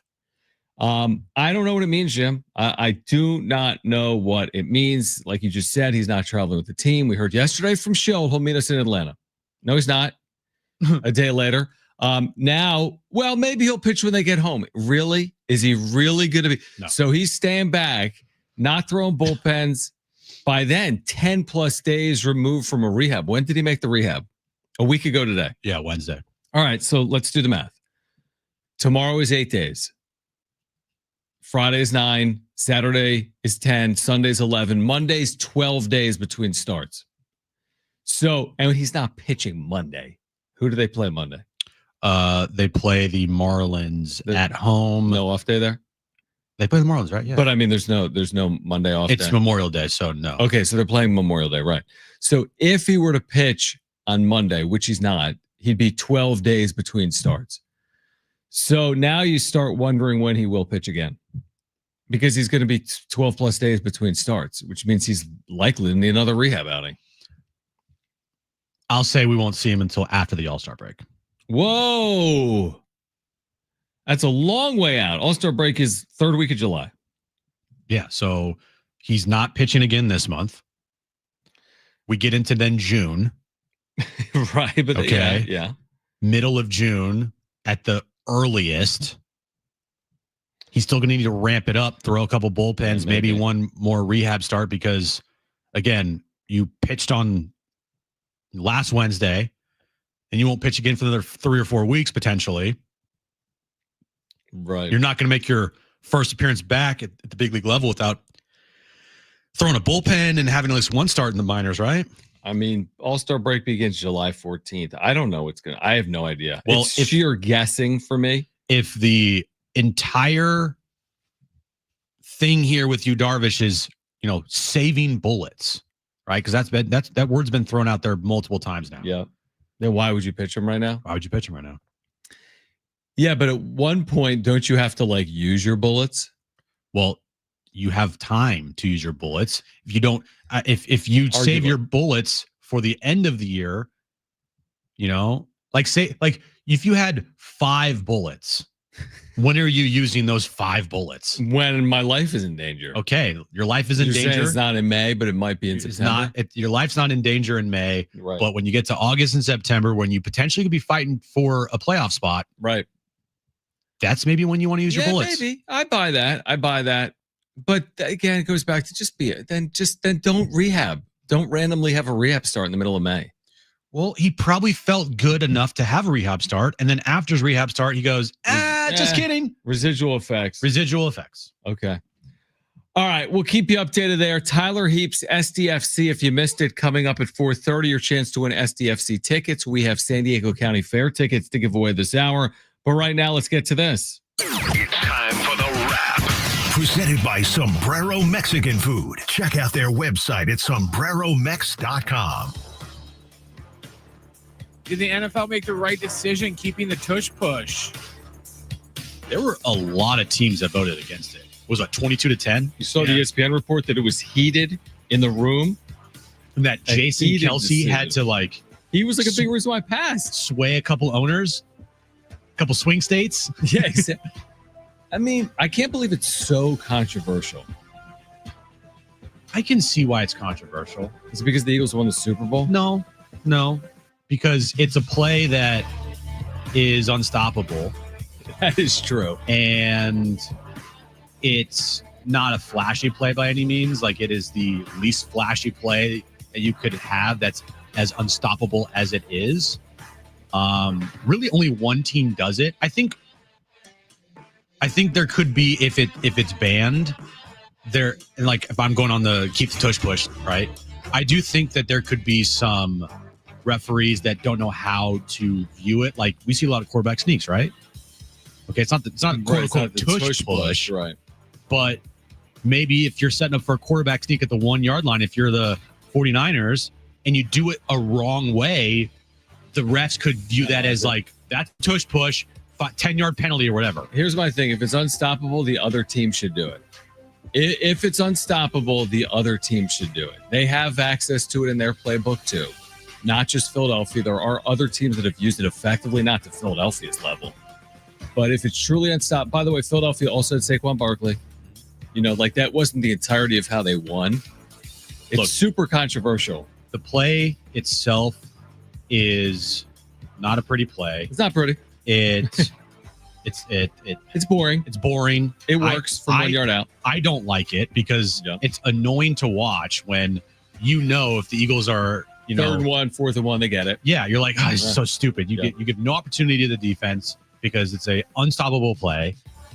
And so from that standpoint, that's why I personally don't like it. I get it. But again, if you're an Eagles fan, you're probably sitting here today saying F you to all the other teams that voted against it. I was talking with Fletch about this morning, and I said that my big thing was if it was going the direction kind of like where the NBA is going, to where everything is just 3-point oriented now, to where the NFL is slowly morphing into rugby, because that's essentially, let's call it what it is. That's what the tush push is. It's a rugby play. Then I would be we need to ban it, because I don't want to see nothing but, tush push for, 3 hours every Sunday. But I don't think it's going that heavy in that direction. It's just a case of a lot of teams are just being sore losers to where they can't figure out why they can't get the tush push to work, so we need to ban it. I hope in the opener for the Eagles this year, they do it every play. Just to prove a point. Dude. They won't do that. That would piss a lot of people off. That would piss a lot of people off. Next question. Is today a must-win game for the Padres? Wow. That's an interesting way to look at it. It really is, I don't know John. if we've ever used that term before. You don't want to have a 5-game losing streak again. Like they did 4 times last year. Correct. And they still won 93 games. Not a must win. Although, I mean, we went in a little bit last night on the wrap-up show. More at Shildt. I was more upset with what Shildt said post post-game than. But tonight, I feel like you might go further in if they lose like 4-1 tonight. Well, because we've been trying everything in the freaking book to get this freaking team out of their slump. I know. I agree with you. Not a must-win game, but close. Not really. Next question. Must-win game. Would you guys take 10 starts from Yu Darvish this year? Yeah, I would. 10 starts. That's 10 bullets. I would take, let's go 5 in August and September. And then I would take the rest in the postseason. You know what? I'm with you. I would take the 10 in the regular season and then hope that he's healthy enough to make more in the postseason. Okay, so this is just regular season. Okay, regular season. Yeah. 10. I mean, 10 is kind of your point of after the All-Star break. If you returned in July and pitched every 6th or 7th day, you'd be making 10, 11, 12 starts, I think, for the Padres. I think people would take that right now if you're healthy for those 10 or 11 or 12 starts and then into the postseason. Considering everything we've been hearing about Darvish, how can you say no to 10, 11, 12 effective starts from Yu Darvish? I can already hear Mike Shildt if and when Yu Darvish gets back, the excitement in his voice. Oh, it's like we got a Hall of Famer back with us. Yeah, I mean, yes, it's kind of true. All right, next question. Is Shea the worst MVP in NBA history? No, he's not the worst NBA MVP in history. But is it at least glamorous? Jokic would like to talk to you about that. Good call. He just doesn't really, I don't know. For me personally, he just doesn't do it for me. Mm-hmm. I don't know. He's a great player, but for me, it doesn't do much for me. Like, I think he's a star. I don't think he's a superstar. Let me ask you this. You say better or worse MVP? Okay. Jokic. Better or worse than Shea? Worse. You think Jokic is worse than Shea? Of an MVP? No, I think Jokic is better. Okay, so better or worse for the player? Embiid 2023. Ooh. That's a tough one. That's where they could be, right? Well, especially how Embiid's career is gone so just now. Embiid in general. Giannis. I'll go push. Okay, push. Giannis, you'd say better. Better. Harden. Better. Westbrook. Better. Curry. Better. Worse. KD. Better. LeBron. Better. Derrick Rose 2011. Better. Kobe. Better. Dirk. Better. Steve Nash back-to-back. You're going to take Nash. Yeah. Come on. Those Suns teams were really fun to watch. Duncan's better. Boring, but he's better. Iverson. Better. Shaq. Better. Karl Malone. Better. David Robinson. Better. Akeem. Better. Charles Barkley. Better. Michael Jordan. Better. Magic. Better. Bird. Better. So, I mean, you're right. Like, there's maybe some examples like an Embiid in there, but there's not a lot of examples of players that, I mean, he's like a fringy MVP. Like, you hear some of these names. Like, are you going to put Shea on anywhere near those pedestals? No. These are ridiculous. Shea is a star player. He is not a superstar player that transcends. Yeah, he hasn't transcended yet. He is not a household name. He is not anywhere close to the levels of, the Giannis's, the Stephs, the LeBrons, even the Lukas of the world. Nowhere close to that. And I don't know if he'll get there. I really don't. Even if he wins the title this year and wins the Finals MVP and all that stuff, like he'll put together an all-time NBA season. True. That I don't really think people, when they think about all-time NBA seasons, are going to put that's the first name that come out of their mouth. We'll spend more time on that on the other side. Plus Tyler Heaps, SDFC GM at 4:30. And oh, by the way, Brent just reminded me, we also have Brad Paisley tickets to give away today between now and 6 p.m. So great giveaways ahead. SDFC tickets, be listening for that sounder and call 877-767-4760 when you hear it for a chance to qualify to win 2 free tickets to see SDFC May 31st at Snapdragon Stadium. Tyler Heaps at 4:30. This is Jon and Jim on San Diego Sports 760 live on the iHeartRadio app.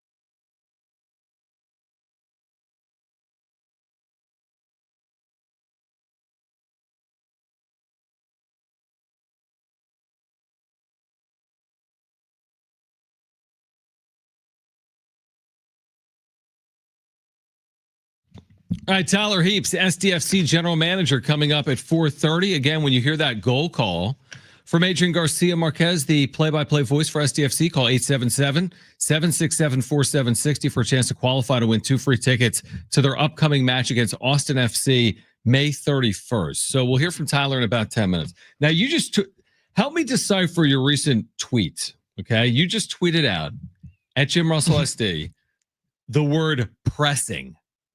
What does that mean? The Padres are pressing right now. Oh, yeah. So in the top of the first inning, they had a runner at third, 1 out for Machado Merrill. Spoiler alert, they didn't score. Those 2 guys have to be better. End of sentence. Show. End of sentence. End of show. End of time. Mm-hmm. If those 2 guys are not going to be good, and they're going to continue to struggle like this. Manny's now 0 for his last 16. Merrill's 2 for his last 500. They're not going to win a bunch of baseball games. Mm-hmm. They're not. Same thing with Toddy, by the way. They all got to be better. And there's no way around it. What Manny and Merrill are doing at the plate, they look like they are pressing because they know they're slumping. And nothing is going right for them right now. Nothing. Specifically with Merrill, we're watching these plate appearances play out. And not only is he pressing, Jim, he's guessing. Look at how he's being pitched to. Yeah, he's guessing. He's just completely guessing up there right now. And he's kind of been carved up here recently. And again, will it end? Of course, it's going to end. And you're just hoping that it's sooner rather than later. But man, that is classic last 5-game Padres, is it not? 2 opportunities with men in scoring position, 0 for 2, pop out in the infield and strike out. That is the summary of the last 4+ games in 1/2 inning. Yep. Is what we just saw. Yep. Perfect summary. Yep. So again, it's early. I promise they'd score a couple of runs in this game. Am I nervous? Yeah. I just don't know. I just don't know what else to do. We're just going to keep doing what we're doing. The vibes need to get up, but we've tried to unjinx this team, and we've done rituals, and we have everything. Hasn't worked. Not even close. None of it is working. I don't know. I don't know what to do. I don't know what to do. We'll see. We'll see. Again, the update from Kevin Acee is, Kevin said the same thing we do. It's does it really matter what 7, 8, 9 do if Merrill Machado can't hit? No, those are the 2 guys. Though that's it. When they are hot, they are going to win a bunch of ball games. Mm-hmm. When they are not, they're going to lose a bunch of ball games. You're not asking them to be guys that hit 370 for an entire season. But when there's a runner on third and less than 2 outs, and the guy that you want at the plate is at the plate, you got to get that run home. Right. Yeah. And even when there's 2 outs and there's a runner on third, you had the right guy up. Got to get the run home. And they haven't done it in the last week. Yeah, it's at some point, we said earlier before this game started, I'm like, how are they going to break through? They were set up beautifully. Runner third, 1 out. What's the moment it's going to take for the Padres to break through? They're facing a very effective starter tonight, Kevin Gausman. So, and they face some good starting pitching, but I said this last night in the wrap-up show. You're supposed to have a really good lineup. You can't excuse good starting pitching when you've invested billions in your lineup with Machado and Merrill and Tatis Narvaez. You're heavily invested in this lineup. You have as good of a lineup as you should need, even when you're facing good starting pitching. So we'll see if they break through tonight or not. Again, Tyler Heaps, if you missed it earlier, the GM for SDFC, we'll hear from him on the other side. Was there anything more you wanted to add to this Shai Gilgeous debate? Because will it look different as MVP if they do win a title? Does that push it over to okay, you know what? The season does stack up. He won a title for a team that won 60-something games. I already think the narrative around Shai. Oh, there's a narrative. Yeah, there is. They even talked about it last night on that awful broadcast. That free throw merchant. He's a free throw merchant. Yep. And you see it all over social media, and there are plenty of videos to show how Shai just flops. Goes down, yeah. He gets touched and he flops. And for as good of a player as he is, he doesn't need to do that. It just I can already see it now in the NBA Finals where, the Thunder are going to win and the conversation is going to be about like Shea Gilgeous-Alexander and his flopping in the finals. Right. And so I don't think he's the worst MVP of all time, but he's going to be, in my opinion, potentially a very forgettable one. Yeah, and you just mentioned to me something off air that ratings for game one were off 25%-ish and among the lowest rated Western Conference openers ever. It's the lowest since 2013, excluding the bubble. Right, bubble, forget about it. But it makes sense. I mean, Oklahoma City, Minnesota, listen, we'll probably see a bump the other way for Knicks Pacers because it's Knicks Pacers. Yeah. But, did you see the note the other day? I forget. It's like the first time the Western Conference Finals has not been staged in either California or Texas in forever because of Golden State, LA, San Antonio. Mm-hmm. Like you do all the math on it. There have been so many conference finals involving these big brands. And for the first time in a while, you don't have that right now. You don't. Oklahoma City, not a huge market. Now, when they were good back in the day of the KD, Russell Westbrook, James Harden, like they transcended because Kevin Durant was a superstar. Russell Westbrook was on the come. James Harden, he ended up leaving and becoming like a superstar player in Houston. Have you watched at the end of OKC Thunder games when like they're interviewing a player and the whole entire team is around?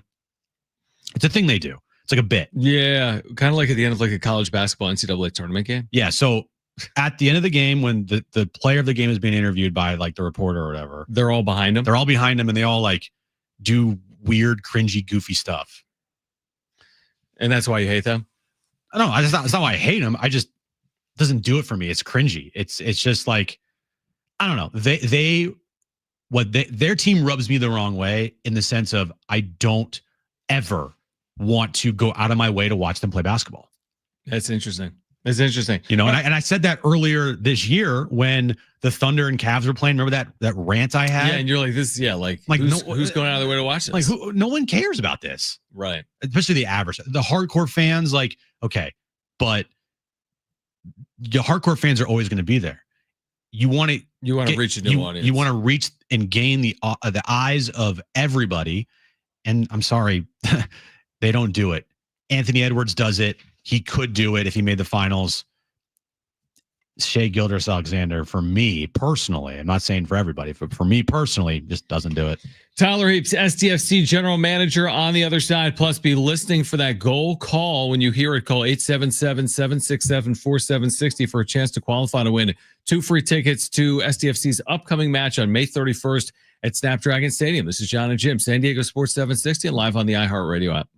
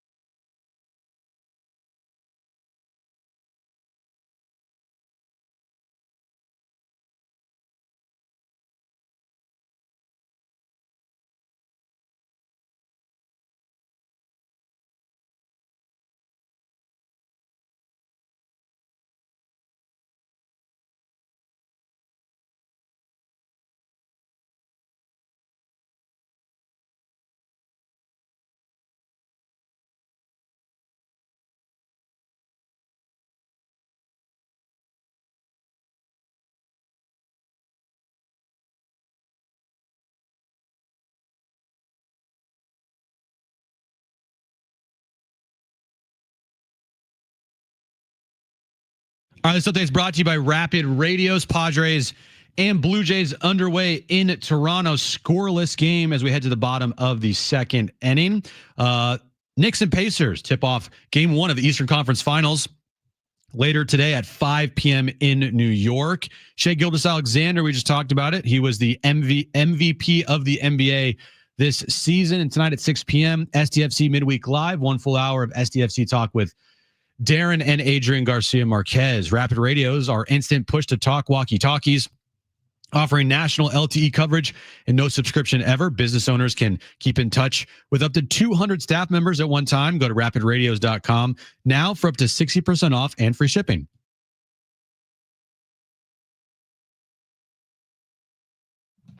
All right, Jon and Jim, San Diego Sports 760. Later this hour, your chance to win a 4-pack of tickets to the San Diego County Fair. But if you missed it earlier, we had the general manager of SDFC on the show. Again, when you hear that goal call, remember to call 877-767-4760 to qualify to win 2 free tickets for their upcoming match on May 31st at Snapdragon. But we had Tyler Heaps, the general manager of SDFC, on the show. We started the conversation by asking what it's like right now in the midst of the schedule where they're playing a couple of games per week and what impact that's having on SDFC. Yeah, thanks for having me. It's good to be back, and especially now that we're up and running fully. It's been a good season. It's been a great season so far, but yeah, to your point, the schedule starts to get really condensed, and that's about, we've been kind of preparing for this with the way that we train. We do train really hard, and we're trying to make the roster as big as possible to make sure, obviously, that we can have some rotations, which you'll see coming, especially with the international break coming up and so forth. But it's now about making sure that we're very in line with how we want to look on the field, making sure that the principles are consistent, but then also making sure that we've got guys that are ready to step up whenever the number's called. How happy are you after, your 3-game losing streak with how you guys responded in the last 4 matches here, playing some really good soccer? That's probably one of the proudest moments I think I've had this season so far, was that the 3-game losing streak, nothing really changed. It wasn't like we were hitting the panic button. It wasn't like people were pointing fingers internally. And I think that's a credit to the culture that we've been able to build here. It's we know that we needed to get better in that stint, but also we still played some good soccer. Like, we still were scoring some goals during that time frame. Obviously, luck wasn't really on our side. We were giving up penalties in 3 consecutive games. We had a red card, obviously. And so sometimes that stuff happens, but I'm really proud of the group, the fact that we just kept our heads down, and then great to get a win 5-0 at home against Dallas, where I think we played really well. And I think actually our most complete game of the season was midweek against Colorado. And that's a credit to those guys. And we're creating a lot of chances at the moment. Unfortunately, we couldn't score on the weekend, but still another dominant performance where if we do that more often than not, we'll start picking up points. By the way, this weekend, SDFC, LA Galaxy, Snapdragon Stadium, 1:45 start time in the afternoon. You can hear it right here on San Diego Sports 760. Obviously, when you acquire a player of Chucky Lozano's caliber, the expectations are through the roof. And it feels as if from where we sit that he's been able to live up to those expectations. What type of impact are you seeing? Again, he hasn't always been healthy, but now that he's been healthier, what impact is he making on your side? Yeah, I think he's been great on and off the field, and it's a credit to him. He obviously, we know the expectations that he puts on himself, but also that he has in this community. And so it's one that we've been working with him quite a bit on. I think early in the season, you saw him coming back from an injury that he sustained last season and was lacking a little bit of sharpness and match fitness. And then he obviously picked up the small injury, but he's put his head down and he's worked through that. And he's shown that he can contribute in this league and be a real leader for us. So contributing with goals and assists, but he's also been a tremendous teammate off the field. He's training really hard. He's in a really good way. And we're trying to support him to get him back to his highest levels and back in the national team, ideally. And then he's also created a really good relationship with some of the other guys. He's become a real leader in terms of how he presents himself and how his actions are. And we're hoping that he can continue to contribute from goals and assists as well.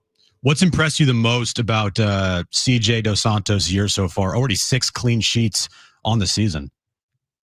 Yeah, he's been tremendous. He's been a huge lift for us. He's been a firefighter at times, and that's what we expect out of our goalkeeper. He's been able to show that he's a tremendous shot stopper, and that's what we saw whenever we brought him in. He's somebody we had our eyes on from probably from the initial goalkeeping list that we created. We knew he didn't get a chance in Miami, and we thought he was ready to become a starter, and he's proven that. But he's also showed that he can be tremendous with his feet. We play a very risky way, and he obviously has shown a lot of composure in there, and our attack starts with him. Our attack obviously starts with him playing out of the back and making those connections with the center backs and center midfielders. And he's done a tremendous job, and he's one that we'll look to continue to build off of. And we go with his confidence. It was a tremendous moment the other night whenever he saved the penalty. And that obviously is a huge credit to him. I think he's been close on some of the others, and he's kind of kicking himself. But to have his moment there, and really the city, I think, has really showed the support in him, and he's one that will only continue to grow.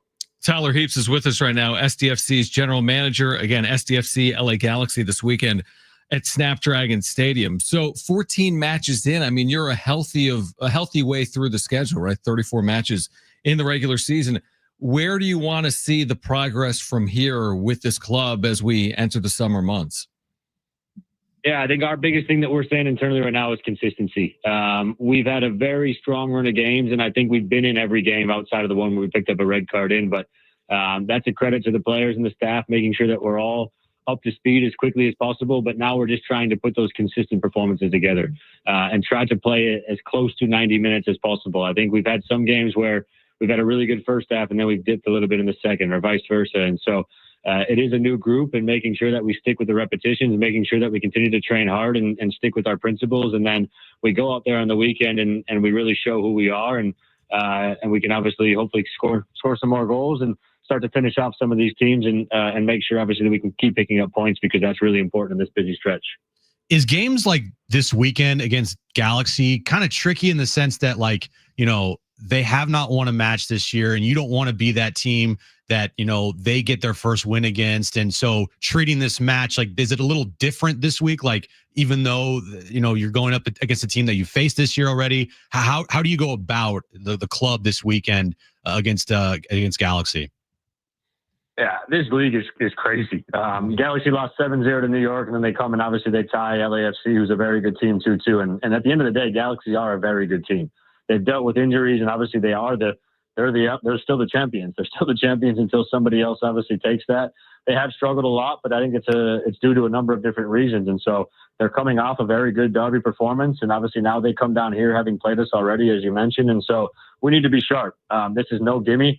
Whenever we lost to Charlotte, they were top of the East, and they haven't won in 5 straight. So this league is somebody where anybody can beat anybody, and I think it's why it makes it so exciting. And so we're going to need the support of the community this weekend. It's a huge game, and in these derby games, inches matter, and we need to make sure that we still play at the highest of our levels, and making sure that we can do whatever we can to hopefully walk out with 3 points. It's interesting because you're in this stretch, and I think I have it right. Maybe it's like 5 of 6 matches have been at home, so you obviously want to capitalize on that, because later in the year, you're not going to have that same advantage. You might finish with something like 3 of 4 on the road, or 4 of 6, or whatever it is. So how critically important, I mean, home field in this league matters, right? Like, you need to protect home field, and by and large, your club's been able to do that. Yeah, it's one of the most important aspects. If you look at the travel schedule, this is the most unique league in the world. Yeah. The travel that we go in for a normal away game is probably the longest European travel in a Champions League game that anybody goes on. And so making sure that you take care of your home points is definitely one of the most important indicators of success in this league. And to your point, we have been able to do that. There's a few ties that probably wish we would have done a little bit better in. And again, that loss to RSL stings, because we want to make this place a fortress, and the fans have been unbelievable. I think what you guys see behind the goal on the north side is they've really only started to grow, and I have no doubt in my mind that this weekend there'll be an extra sense of urgency just because of the team up the road are coming down, and we need to make sure that we continue to take as many points as possible in all games, but particularly the home ones. Am I right in saying that Anders Dreyer has played every single minute of every match so far? I think he got subbed out 15 minutes. He got subbed out to the 5-0 win. He didn't play the last 15 minutes. Right. That's the game I was thinking about. Okay, so other than that, I mean, he's played for you majority of every single match, every single minute, and he is, you know, for you guys leading the way. Well, what does that say about him this year, that he's played as much as he has and he's performing the way that he is? Yeah, and Chris McVeigh, I think Chris McVeigh has played every minute. Chris and CJ every minute. Anders is close behind. With Yeppe, I think, just behind that. But look, Anders he's a world-class player. He's somebody that we were obviously fortunate to get. He's been a tremendous teammate. He's been a tremendous human. But then on the field, I think you guys see it week in, week out. This guy runs his socks off. He works really hard for the team, and then he has a special quality, and that's obviously his left foot and what he's able to do in terms of passing, final pass, but also final shot. And I think in the time when Irving was injured, he took on a little bit more of a staple role, and he's only continued to progress that. I think he's up there in goal contributions in the league, and he also has very high expectations of himself. And he's probably biting himself a little bit that he doesn't have more goals and assists because he's gotten some really good spots, but that's what makes a really good player.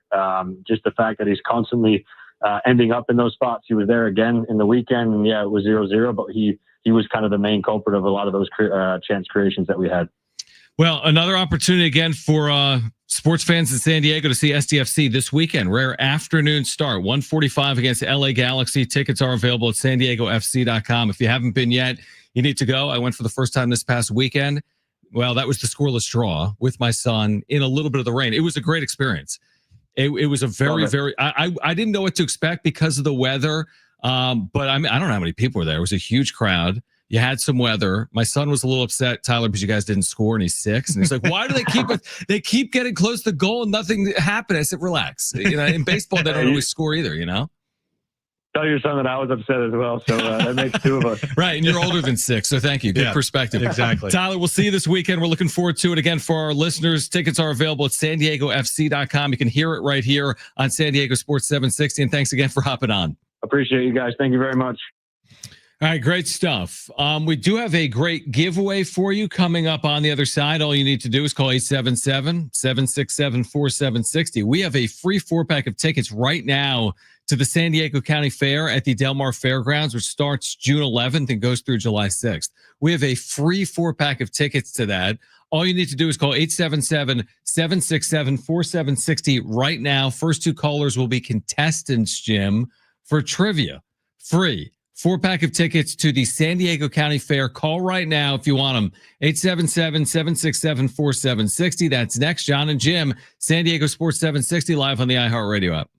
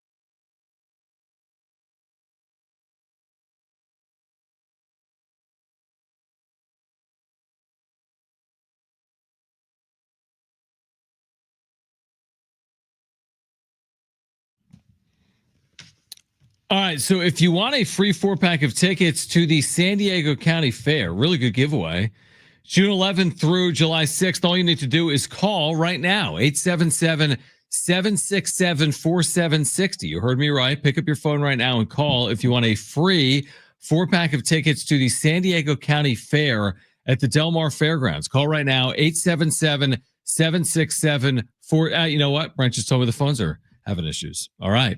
Phone's having an issue. Don't call them. Just kidding. There we go. Congratulations. You're not going to be able to win because our phones are not working right now. For some reason, we're getting all of Kogo's calls on our phone. Well, if you want to talk politics, It's being worked on. Hopefully it's being worked on. Resolved here soon. It's fine. All right. We'll see if we can give away a 4-pack of tickets to San Diego County Fair later today. We also have Brad Paisley tickets to try to give away today as well. We're keeping our eye on Padres Blue Jays. Jim, more of the same. Padres have not scored in 3 innings.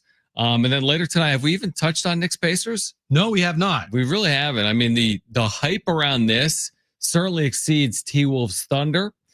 Knicks in the conference finals for the first time in a long time, taking on their longtime nemesis, the Indiana Pacers. And I'm excited for it. Again, my wife is a big Pacers fan. And this will get underway in about 30 or 40 minutes at 5:30 tonight. Eastern Conference Finals. I think it's at 5. Is it at 5 o'clock tonight? Okay. Last night was 5:30. Is it 5? Tonight is Can you confirm that? Yeah, tonight's 5 o'clock. Pacific, John. Okay, 5 o'clock. Yeah. This series, I think, has the potential to be much more exciting and better than the Western Conference Finals from every single aspect of the pregame show, the broadcast, right, TNT, post-game show, everything about it, I think has a chance to be much, much better than the Western Conference Finals. I watching the game last night, I saw this on social media, and I completely agree with this take. It felt like I was watching a game in January. Yeah, just like a regular season game. It didn't have the feeling of this high-profile conference final game. Yeah. They just, first off, the NBA crew, other than Mike Breen, is awful. I mean, Richard Jefferson and Doris Burke, I'm sorry, but that combination does not work at all. And from that standpoint, it was it didn't have that big game feel. You know what I mean? It didn't have that big game. Like, the game ends and they go to Sports Center with some random Sports Center host that I've never heard of before, instead of Scott Van Pelt or the NBA crew or whatever, and they're interviewing players. They don't do that. And so from that standpoint, I'm just like, okay, game's over, whatever. Well, this one isn't going to have much either. It's not like Reggie Miller is going to be on the commentating or Kevin Harlan. Or Charles Barkley and Shaq and Kenny. Yeah. I mean, you have Reggie Miller as part of a broadcast team. Draymond Green's not going to be there, right? Yeah. Knicks, Pacers. I mean, remember, Reggie Miller, infamous to Knicks fans, has the most remarkable, 9 points in 8 seconds. Oh, yeah. I mean, this thing has real intrigue and drama. And as bad as the ratings were for the Western Conference Finals last night on ESPN, they'll be the opposite way good, would be my guess for tonight. I just think that, when you watch the Eastern Conference Finals, you're going to feel like it's a big game. You're going to feel like the series is big. I didn't feel like that last night watching Thunder T-Wolves. Dude, watch a game at MSG and watch a game at whatever it's called, like Chesapeake Energy Arena in Oklahoma, which is actually loud. But I mean, MSG, we saw it last round, but like that against Boston, the crowds are crazy. You could not have two of the most polar opposite crowds ever between the Thunder and the Knicks. Yeah, dude. Are you kidding me? It's a different world. It's not. Yeah. Like, first off, there's nothing to do in Oklahoma City. I mean, by and large, yeah. I mean, that crowd is. It's definitely different. It's a different would be crowd. Like culture clashing. Oklahoma versus New York. Yeah, like that's culture clashing. Yeah, if we get it, again, I'm not overly convinced. I'm convinced the Thunder will get there. I could be wrong, but I'm convinced the Thunder will get there. I'm not convinced the Knicks will get there, even if they win tonight. This to me is a toss-up series, right? I think if you told me right now the Pacers win, I wouldn't be surprised. If you told me the Knicks win, I wouldn't be surprised, right? But with all that being said, I still would pick the Thunder now. Like Thunder have their path to the finals and their path to win a championship. If they, like you said, it's right there. If they don't win it, I mean, it's an upset. Yeah. It would be pretty, not historic maybe, but again, 5 wins this year in the postseason. 5 of their 9 wins are by 30 points. They're a historically good basketball pretty good, team. yeah. And that's the part where I'm like, to me, they're going to be very forgettable, even though their stats and their numbers are up there with the likes of teams.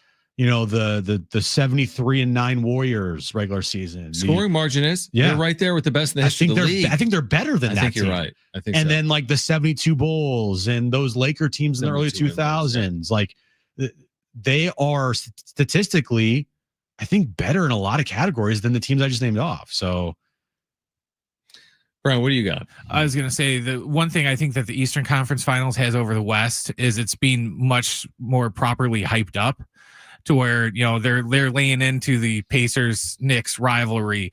Before we turn the Padres game on ESPN, like every 5 minutes, they had Patrick Ewing was on there being interviewed. John Starks, pretty much they've drug every, classic great Nick from the past out, and they're going to be at the game tonight. There's going to be, Spike Lee and all the celebrity, Tracy Morgan, all the Madison, Ben Stiller, all their famous, fans are going to be there. What was the hype for last night? Who's the biggest OKC fan that's like the biggest celebrity? I can't even the mayor of Oklahoma City. Joe that owns a farm 10 miles away. It's like Mike Gundy, the head coach of the Oklahoma State football team. It's like, I'm making that up. Joe and Susie. Google that, Brad. Who is the biggest public figure that is an OKC Thunder fan? Because the Knicks have some. I also do think it's a brand thing. If you took the entire Thunder roster and put them on the Knicks, oh, they'd be wildly popular. Yeah, it's completely different. The OKC brand is just not good enough for you. It's very vanilla. Yeah, definitely. Very vanilla. It's like it's like white bread with just peanut butter on it. Yeah. It's like the way I eat. Who's Wonder the most bread. famous Oklahoma City Thunder fan? Okay, they got a couple. We'll see. Bill Hader from Saturday Night Live. Bill Nye the Science Guy? No, Bill Hader. You would know who he is if you swim. You wouldn't because you don't watch movies. But Bill Hader from Saturday Night Live. He's he grew up in Oklahoma in Tulsa. Olivia Munn, who's kind of more famous just for she dated Aaron Rodgers for a minute. Hanson. Mbop? Yeah. Mbop? Yeah. That Hanson. They're from Tulsa, so they're big OKC. Here you go, Jim. Cyclops, James Marsden. Oh wow, he's a big OKC fan. Kristen Chenoweth, I don't know who that is. Caleb Followill. Yeah, but are any of these people at the games? Because I didn't see them last night. Well, I don't know if they're there last night, but they're all like celebrity Oklahoma City fans because all the photos they have are them at the game. They've been fans their whole lives. All right, we're going to hear on the other side from Kevin Acee with an update on Yu Darvish that we'll share with you on the other side. Plus, we think our phones are back working, so we have another giveaway for you in the 5 o'clock hour. That'll be tickets to see Brad Paisley, Gallagher Square, Petco Park on June 7th. That is coming up. We'll give those away in the 5 o'clock hour. You'll hear from Kevin Acee, his thoughts on this Yu Darvish saga to kick off hour 4 on Jon and Jim, San Diego Sports 760, and live on the iHeartRadio app.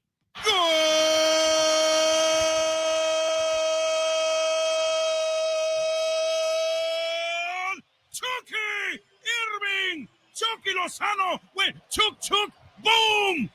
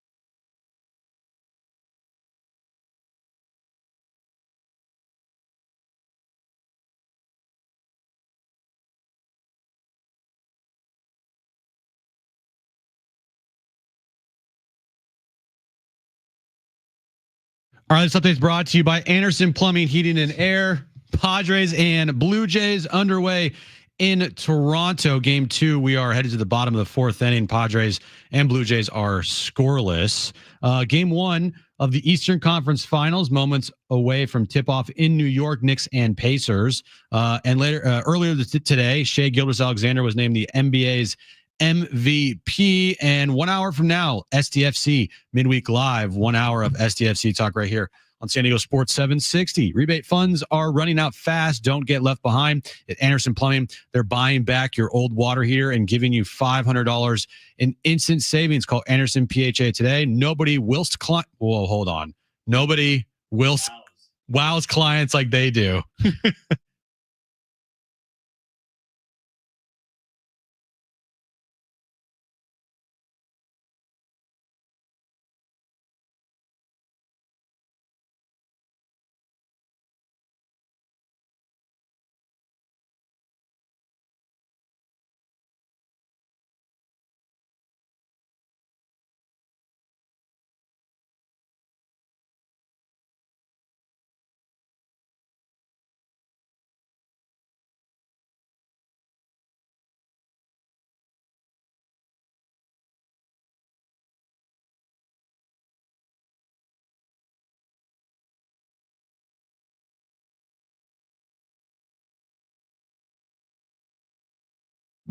All right, San Diego and Southern California, what's going on? This is hour 4 of Jon and Jim.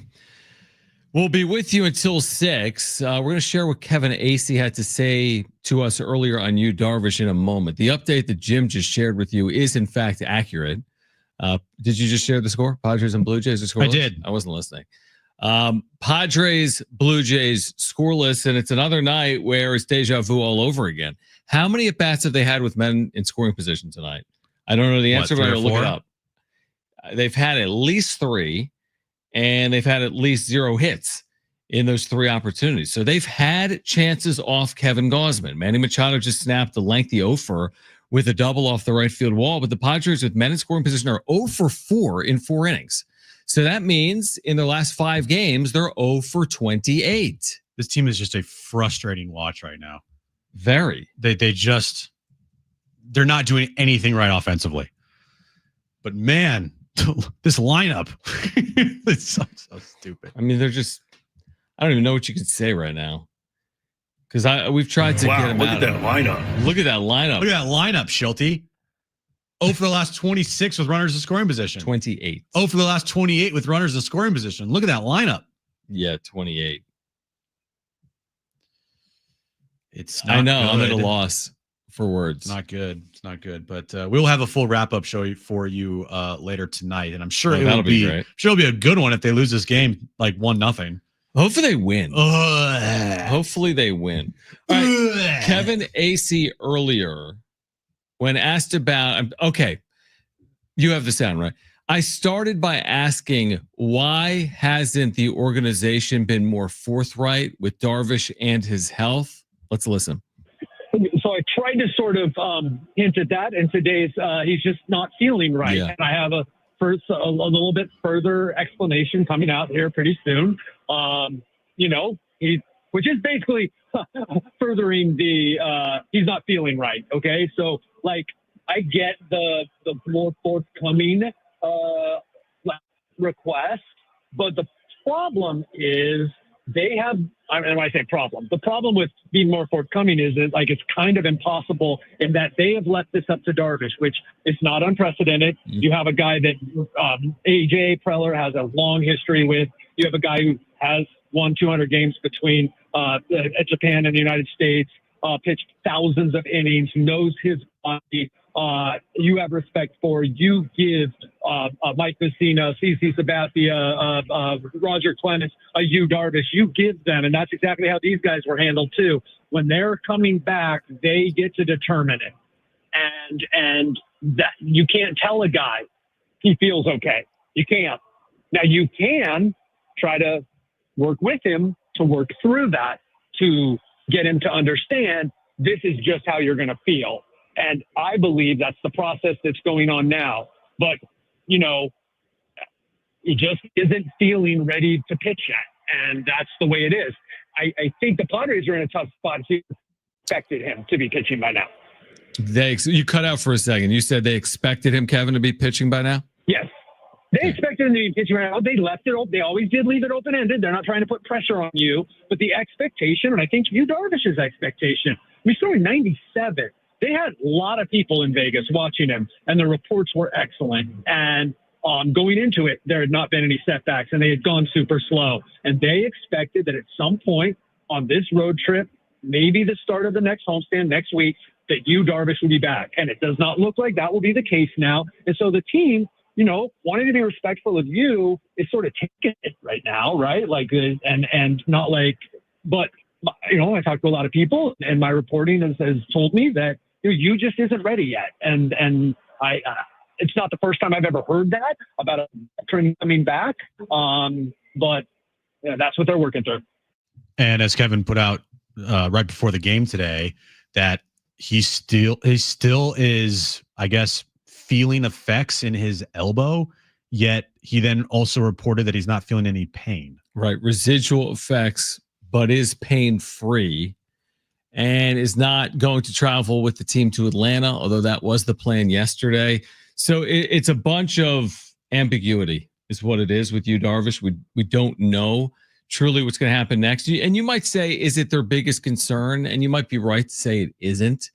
It's not like Yu Darvish pitching today means the Padres offense hits, but they'll need him. I'll continue to hammer home that point. They're absolutely going to need him. And this idea that I've heard a lot, well, save the bullets, they're going to need him later more than they need him now, is only under the theory that they get where we hope they get. They still have to get there, and that's not a formality. I mean, Fangraphs has them with a 50% chance, or maybe lower now, 49% chance, something like that, of getting to the postseason. Could you say that they can make the postseason without Yu Darvish? Yeah, I think they could. Could you say that they could win a World Series without Yu Darvish? As currently constructed, it would be hard because of that lack of a fourth starter that we've talked about. Because now you get to 7-game series, and last year they didn't have an answer with Dylan Cease on short rest, or I don't know. Randy Vasquez has been pretty good this year. Yeah, but I mean, I know, I get it. You'd prefer, and again, if they knew they didn't have Darvish, they would add maybe at the deadline. Maybe. But no, can you get to the postseason without Darvish? Yeah. Could he be an important piece in the postseason? I'm not saying it's the difference in winning a World Series or not, but we saw him against the Dodgers last year. Like, he was an important piece. I think I would agree with you, but it's the adage that I had yesterday of, if I tell you right now, like, do you miss this $100? And you're like, what $100? Exactly. Because I don't have it. You don't have it. So how could you miss something you never had? And they haven't had Yu Darvish this year. This year, yeah. So without Yu Darvish, they're a pretty good team, albeit the last 4.5 games has been awful. But they've been a pretty good team this year without Yu Darvish. They have, yeah. So yes, would a healthy Yu Darvish push them potentially to another level? Like, yeah, absolutely. But they're not missing anything because they didn't have anything in the first place. Like, they didn't have Yu Darvish have pitch 5 starts for them in May, right? With and then 1 year, right? Yeah, and then all of a sudden he's gone now. It's like, oh man, now you're missing Darvish because he was great in the first month of the season. Like, they never had that, and they were still really good. You bring up a good point. I mean, I guess I would say a little bit like they didn't have Tatis last year for a good bulk of the year because of that stress fracture. Yeah, and they wanted a good clip, but I would still have said the same thing, which is, can they win in the postseason without Tatis? Well, they also had Tatis for the first half of the year, and he got voted in as an all-star. True, but I guess my point is, yeah, they did have him in the first half of the year, but it didn't result in wins and losses. No, but you were looking for. But he gives you a better chance to win. The perfect game that I could think of off the top of my head was the Cubs 8-0 comeback. That was Tatis. Yeah, I know, but I'm just saying, when he played, it's not like they were like world beaters. I get it. I get your point, but what I'm saying is, is this frustrating that Yu Darvish isn't back yet? And I'm sure they're frustrated too. They're just not telling people about it, because it does sound like he's fully healthy, but he just doesn't feel himself. And the team is like, well, we don't know what else to do because we've checked you out multiple times and we've watched you throw and your stuff looks good and throwing 97. You're throwing 97 and you look healthy to us. So it might just be a situation where you're going to have to pitch through this, dude. Right. Even if you don't feel like yourself, we're telling you like you're not going to feel any better and you're not hurt. So now it's a waiting game and it is literally day to day from the standpoint of, hey, do you feel good today? What's a bigger concern to you? Darvish or like Merrill's struggles? Merrill's struggles. And but Manny Machado only having 3 home runs. But are you truly concerned about Merrill's struggles, I guess is my question? No, not to the level of my concern with Yu Darvish. But like, you know, the Manny lack of power, you are thinking that's going to come. And I've been pretty steady on the like, okay, he's going to hit home runs and he's going to get to his numbers, you know. I would be more concerned with those things than I am with Yu Darvish right now. Because like I said, you haven't had Yu Darvish this year. So what can you miss what you never had? Yeah, I agree. I agree with that point. And I also agree with the idea that Machado is going to get there. Now, with each passing day, there's a piece of me in the back of my mind say, is he really going to hit 30 home runs? No, I don't think so. 27 home runs now, and how many games remaining? Like 120? Yeah, less than that. 100. So you think 30 is tough? I think 30 is tough, but I think 26, 27 bombs is doable. I agree. No, I agree. I mean, he's always been able to get there. And I'm with you on Merrill. I think Merrill's going to be fine. I think that a week doesn't define a year. He's had a tough week. But yeah, I'm more concerned with what I'm seeing right now from this offense than I am about when Darvish is on the mound. By the way, this is all your fault. Yeah, I said that there's no chance they'd be shut out. And what did I say? We're going to look up, and then if Kevin Gausman has thrown like 4 shutout innings, it's your fault. It's my fault. He has now thrown 4 in the third innings of shutout baseball. I feel like everything has been our fault recently. I know. I feel like we've done this. No, but we're trying, though. We're not just sitting here. But we're failing. Sitting on our hands. I know we're failing miserably. Right. And we just jinx them away. I mean, it's like every day I'm just jinxing the heck out of this team. It's like a jinx after. It's like a triple jinx that we've put on this team. It really is. Tonight again, 0 for 4 with men in scoring position, scoreless game in the 5th inning. It's like you can't really ask the pitching to be better. How about this? Okay, this team sucks. They're going to implode. And they're not making the postseason this year, and this will be the last chance for them to make the postseason and win a World Series. Thank you, Jim. In the near future. Thank you. You will wake them up with that. That will completely awaken them. They suck. Manny's overrated.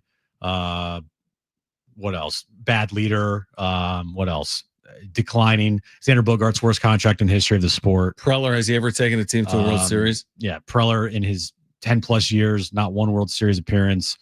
Almost worked. We got Jake Cronenworth to fly out to the warning track. I'm trying. They heard you in Canada. It's like you see like the heartbeats, like boop, boop, almost, boop, boop. Almost go further. You'll go further on the other side. Plus, did the NFL get it right with what they decided earlier today? Jim's back page is ahead. Updates from the Eastern Conference Finals now underway. It's Jon and Jim, San Diego Sports 760 and live on the iHeartRadio app.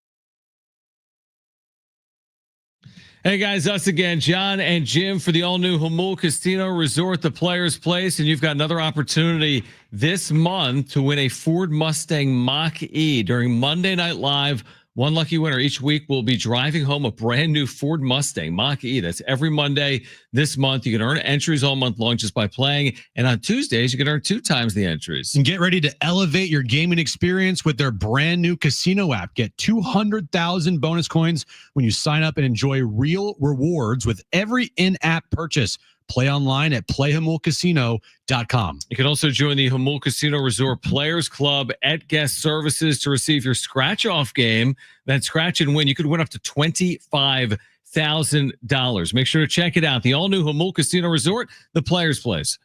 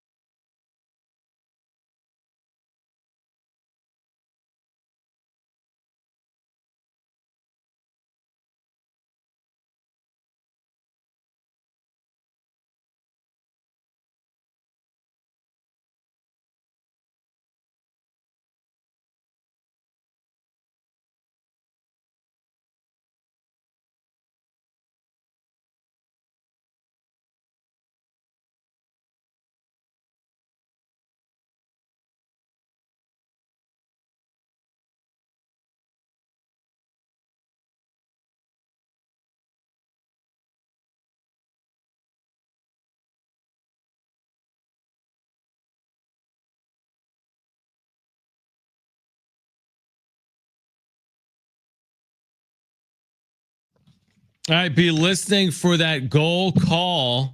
One more chance, I believe, right, Brent, to qualify and potentially win 2 free tickets to see SDFC Austin FC. That's coming up May 31st, Snapdragon Stadium. When you hear that goal call 877-767-4760. We'll announce the winner coming up in 15 minutes, right around 5:30 right here on Jon and Jim. Update from Rogers Center in Toronto, no score.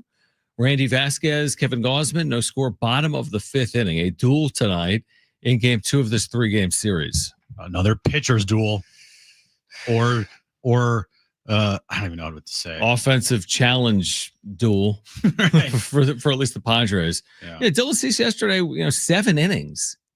3 earned runs. He allowed 2 home runs, but I think he gave him an opportunity at least. Hey man, you got to tip your cap, bro, to Chris Bassett and Kevin Gausman. It was Bassett yesterday. I already forgot. Yeah. Bassett. Yep. Bassett, Gausman. Again, no score here today. We'll see if the Padres can snap this 4-game losing streak. The NFL earlier today decided to not change the policy regarding the tush push. We've completely jinxed this team. Oh, no, it was just a single. Will they ever win again? Yeah, will they ever win again? We are the problem. We are the problem. The NFL did not ban the tush push. I would have been a little bit upset if they did ban it, because I feel like they would have banned it based on the success of the Philadelphia Eagles, not on the legitimacy of the play. Like that to me would have been my problem. Now I like your point, which is it's not sexy, it's not pretty. Nobody turns on their TV to watch it, but like it is football, and they're not doing something without outside the realm of like football. Are they? Is it a football play or is it a rugby play? I mean, that's a good question. I don't know. I'm watching it right now in my head. They snap the ball, the quarterback rushes forward, and he's pushed from behind. So it has qualities of both. Yes. Right? Yeah. It's not the only play in football with the rugby style now, because oftentimes now the running backs down the field and then they get hung up at the pile and they push the pile another 3 yards and they get credit for the 3 yards. The Christian McCaffrey falls forward, Yeah. So, I mean, this was like polarizing. What? They needed 24 votes. They got 22. Yeah, exactly. So this was very close to passing. So this tells me this is not just a yeah, a couple teams are upset about it. There's most teams. It's funny. I looked at who voted for the ban of the tush push. Yeah. Who voted to keep it? These are the teams that let me pull it up here. All right, here's the teams that voted to ban it. It's going to be what, 20 something? It's going to be 22. You're going to read 22 teams. I am. Yeah. Cardinals, Falcons, Bills, Panthers, Bears, Bengals, Cowboys, Packers, Broncos, Texans, Raiders, Colts, Chiefs, Chargers, Giants, Vikings, Steelers, Rams, Seahawks, Bucks, Commanders, Niners. You know what they all have in common? What? They play football? They all lost to the Eagles. I mean, the Chiefs did, the Redskins did, or whatever they are. Commanders did. Okay. Who voted with them? Baltimore, Cleveland, Detroit, Jacksonville, the Jets, Saints, Patriots, Titans, Dolphins. Interesting. So the interesting part is 2 NFC teams, the rest AFC teams. Oh, that's interesting. So the NFC teams wanted to get rid of it because they're seeing Philadelphia more Every often. NFC team again, except for the Lions and the Saints. Interesting. And the Lions, I'm surprised because you would think the Lions will be competing with the Eagles. Right. There's a In the chance. NFC. There was a pretty big chance last year that it was going to be Eagles and Lions in the NFC title game. Top 2 seeds. Saints are irrelevant. They're not. They're bad. But every other NFC team voted to ban it. So what are we saying? Are we saying that the NFC, who's playing Philadelphia more often than the AFC, doesn't want Philadelphia to have that advantage? Yeah. I also do think that I don't know what to think, honestly, because the play itself, it's a dumb play and it works, but it's a dumb play and only the Eagles do it. I know the argument, well, if the Eagles can do it, why doesn't every team do it? Well, every team doesn't have the offensive line that the Eagles have. And for whatever, they don't have Jalen Hurts either. So it's a personnel thing and the Eagles have the personnel to do it.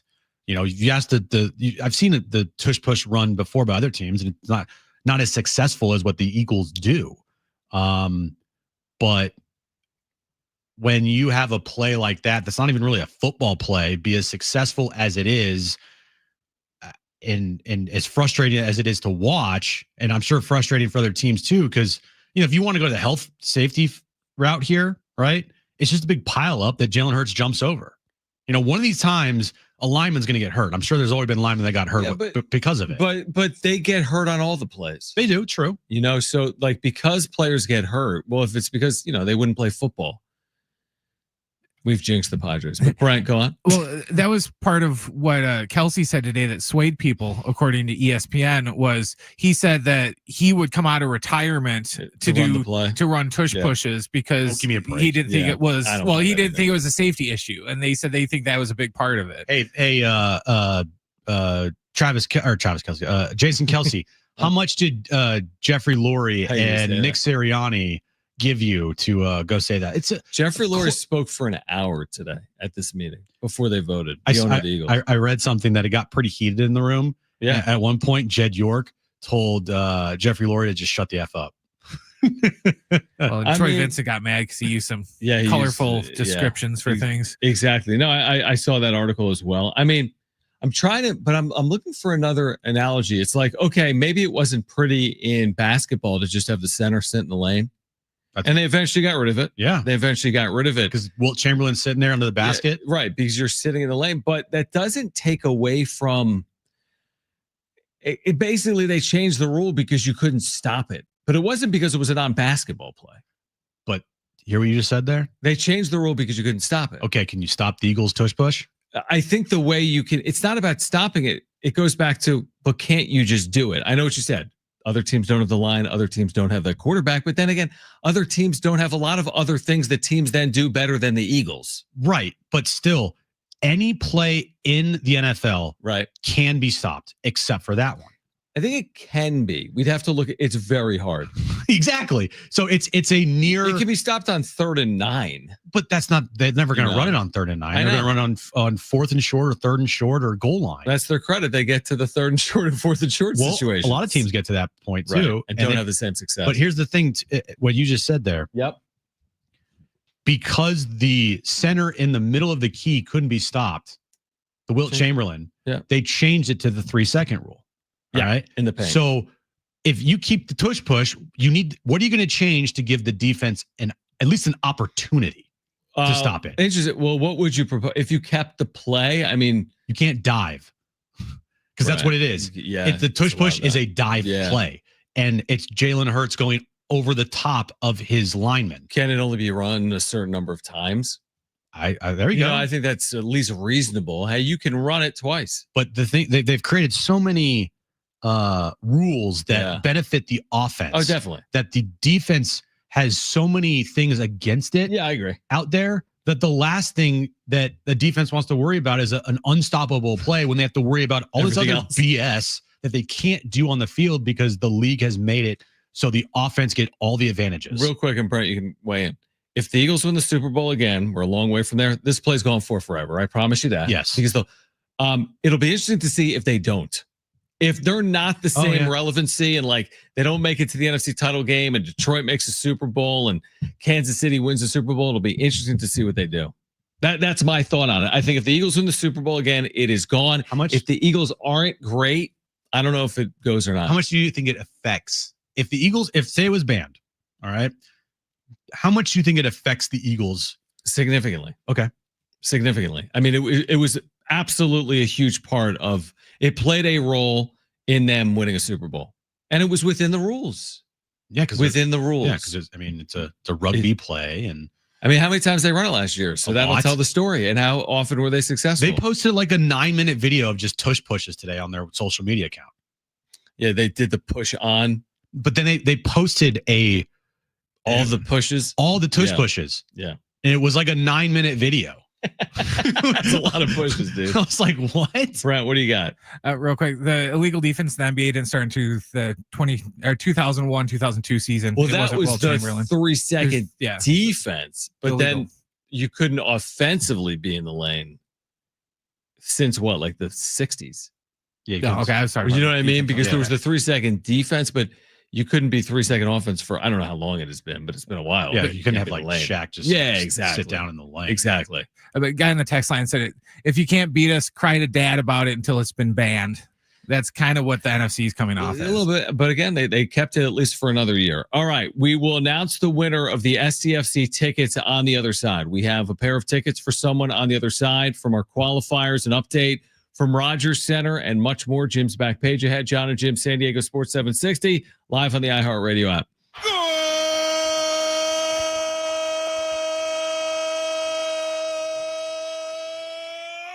Chucky Irving, Chucky Lozano went chuk, boom.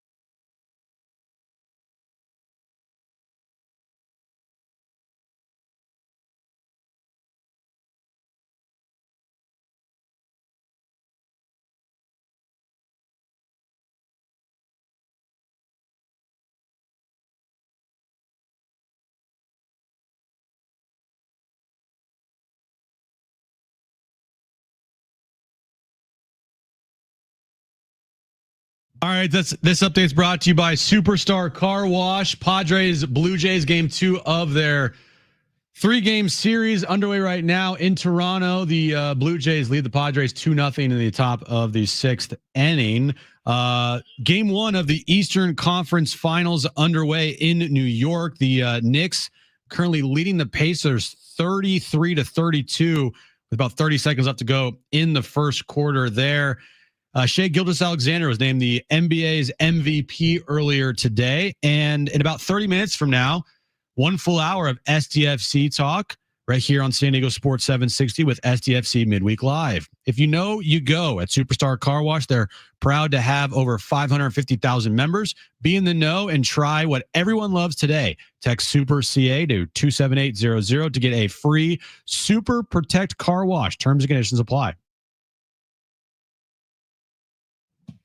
All right, Jon and Jim, San Diego Sports 760. Jim's back page ahead.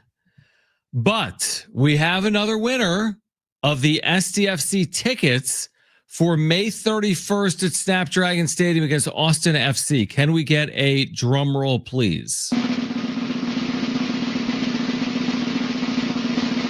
Congratulations to Clayton. You are going to the game next Saturday at Snapdragon Stadium. Yep, not this Saturday, but next against Austin FC, May 31st. If you did not win today, we will give away another pair of tickets tomorrow to SDFC May 31st. By the way, we have Brad Paisley tickets to give away. Oh, must be nice. We're going to do that within the next 10 minutes. Do not go anywhere. Brad Paisley at Gallagher Square, Petco Park, June 7th. All right. Tickets at Ticketmaster.com. We'll give those away again later this hour. I had something to share with you. Trade proposal. Did you see this? Oh, I saw this. Trade proposal in Major League Baseball from at BR Walkoff. Baseball. Bleacher Report. Bleacher Report. Thank you. I was going to say Baseball Reference. I'm so used to BR. Trade proposal. Well, read the first tweet, because the first tweet gives you what cooking up Paul Skeens blockbuster trade packages amid the Pirates' struggles. Jon Heyman said today that there is no chance in hell that the Pirates are going to trade Paul Skeens. So he'll likely be traded this weekend. So here are the proposals per Bleacher Report. Yes. And Baseball Reference. If it was the Padres get Paul Skeens, which would be a big acquisition. It'd be pretty big. I want to get his card if he gets traded here. The Pirates get they'll jinx him too. Leo, probably. I'll have a 12 ERA here. The Pirates get Leo DeVries, who has been recently upgraded to the number 3 prospect in baseball by Kylie McDaniel. They also get Ethan Salas. By the way, Kylie has him as the number 25 prospect in the sport, even with the injury. So DeVries and Salas plus left-hander Cash Mayfield. That is the top 3 prospects in the organization. That's all the Pirates get. It's a lot in terms of prospect value. The Padres get Paul Skeens. Yay or nay? How quickly can I say yay? I'm gonna say this as clearly as I possibly can. In a millisecond. Millisecond, yay? Oh, for a generational pitcher. Less than a millisecond. What? The fastest time recorded on history for someone to say yes and press a button. Press a button. Like would you make this? Yeah. In a second, dude. Not even a question. You'd have Paul Skeens under control for 4.5 seasons, which is an eternity in baseball. Not even a question. His career numbers are a 2 ERA. Yeah.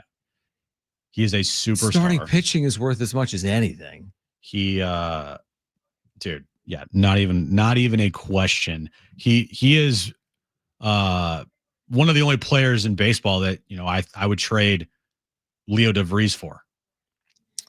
Yeah, that's a good point. Like, is there even another player? Yeah, it's a good point.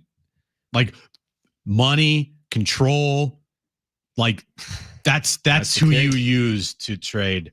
But it's not going to happen. It never. No. I mean, the Pirates honestly should do it because they're such an inept franchise, and I mean, such a joke of a franchise that honestly, I was thinking about this today when I saw that.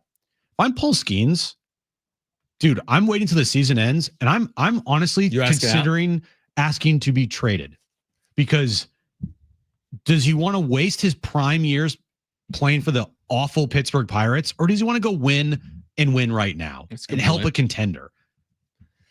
because we know that if he continues on this path, he is going to be one day potentially the highest paid pitcher in baseball. Yeah, absolutely. So it's like the rookie quarterback scale in the league. Go win now while you're not making all that money, because the team can, if you go to a winning team that wants to win, because the Pirates don't want to win, you go to the team that wants to win, they can build around you and use all the money that they have that they're not paying you to go out and get pieces to make sure that your team's contending. So Skeens today is still 22 years old, turned 23 May 29th in 8 days. But your point is valid. Here's the thing. When he becomes a free agent, he's still only going to be 26, 27. So he's going to clean up obviously nicely if he can stay healthy. But you're right. I mean, do you really want to waste away in Pittsburgh? If I'm the Pirates, I wouldn't move him now, but offseason. You got to try. You got to take another crack or two with them, even though they're not going to win anything. All right. If next year is the same story again, they're out of it. Then Paul Skeens has to ask to be traded. He may ask to be traded. You bring up a good point, and the return's going to be crazy. He holds all the power in that franchise. Mm-hmm. If he goes to front office and says, "Trade me now, I'm not re-signing with you guys," they're going to be forced to do nothing but have to trade him. Like, they're going to have to trade him. I can't deal with the Padres right now. What just happened? I just can't deal with it because I said they're not going to be shut out. Yeah, and they've been shut out. So that was the first jinx. But Luis Arias just rips a triple down the right field line. Earlier, he ripped a double to right center field. And then Manny flies out. Yeah, the team sucks right now. 2-0 Blue Jays midway through the sixth inning. I mean, do they even need Paul Skeens? They could probably use like Barry Bonds.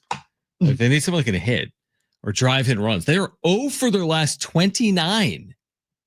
Like, have they had a worse stretch in the history of the franchise with runners in scoring position than 0 for 29? What's worse, 0 for 29 with runners in scoring position or 24 straight scoreless innings? Oh, sorry, I went there. 0 for 29. You want to know why? Because that's beyond a no-hitter. Because 0 for 27 is they're a no-hitter and 2 outs with runners in scoring position right now. So they've had a 30-game scoreless streak this year. Or 30 innings, sorry. Oh, my God. That would be really bad. No team's ever done that or come close. 30 game? Dude, we would be breaking things. Everyone would have been fired. No, you're right, though, because they went 30 consecutive. You're right. They did this earlier this year. They are a streaky team. They did this exact same thing. Yep. Not with the RISP, the runners in scoring position thing, but they went 30 innings without scoring. And now, I don't know how many innings they were shut out yesterday.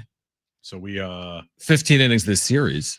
And they scored in the first inning on Sunday. That was it. So you got 8 innings plus 9 innings is 17 plus what? 6 innings today? 23, man. They're trying to get back to that 24. They're trying to get that record. Yeah, it's a frustrating watch right now. I mean, thankfully to May, not October, but it's a imagine traveling from San Diego to Toronto for this series and watching this the first 2 days. They haven't even scored. I would hope that the people that have done that. There's a lot. I know. Actually have had a good time in Toronto other than going to the game. I hope they use like frequent flyer points or miles. Just a frustrating watch. It's been a frustrating watch, Jim, is what it's been. Yep. Yucky. Do you like Brad Paisley? I do like Brad Paisley. You know who loves Brad Paisley? Aaron. Is my wife, Aaron, yes. Do you know my wedding song was a Brad Paisley song? What song was it? I don't know. But I know it was a Brad Paisley song. I have no clue what the song was. No idea. For $1 million, you couldn't guess it? No. In fact, if I heard it, I'd be like, was that the one? Should I ask Kristen? Yeah, ask her right now. Say, hey, we're talking about our wedding. And I need to know. I can't ask because that's going to start like a fight. Like, you don't know our wedding song? Probably. She'd be like, are you serious? What was your wedding song? It was Kane Brown, Thank God. How's it go? I'm serious. I don't know how it goes. No.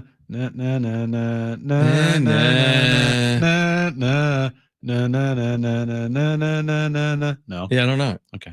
But I remember hearing it. I liked it. Was it just like what I just sang to you? A little bit. Anyway, my wedding song was Brad Paisley. If you call right now and you're caller 5, you're going to go see Brad Paisley with Walker Hayes, Avery Anna. This is June 7th at Gallagher Square, Petco Park.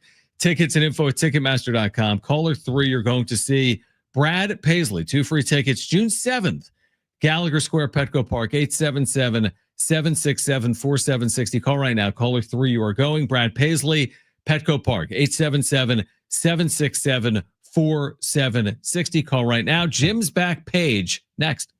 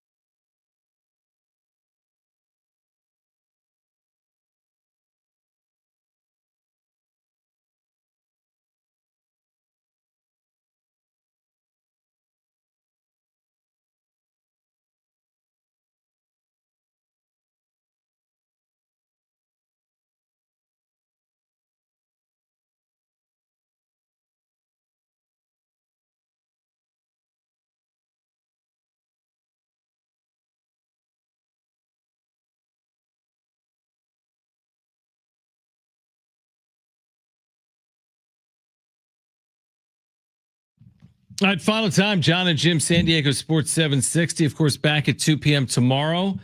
What time is the Padres game tomorrow? Is it in the morning? 10 a.m. All right, so we'll recap the series. Will the Padres score in Toronto? We just have to replay like the start of our show for tomorrow if they don't win again.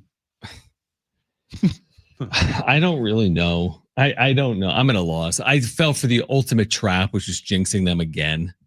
I'm like, they're going to score. You read off all of their career numbers against Kevin Gausman, who has shoved tonight. Completely shoved. They've had plenty of opportunities, by the way. What are they now with men in scoring position? Did I even look at their box score yet because it's so awful? What are they with runners in scoring position? Let me tell you, John. Tell me, please. I will. So right now they're 0 for 5 with runners in scoring position. Luis Arraez is having a great game, a double and a triple. Yeah. Tatis is 0 for 3 with 2 strikeouts. Manny finally off the side there with a double. Merrill's 0 for 2. Bogey struck out with a runner on in scoring position. So how many hits they have? They have the Arraez 2 hits and the Machado hit. Anything else? They have 3. 3 hits. Seven strikeouts, no walks. So yeah, they're present. Trailing 2-0 in the bottom of the 6th inning. SDFC Midweek Live, by the way, is coming up in about 10 or 12 minutes. But before that, let's get to this.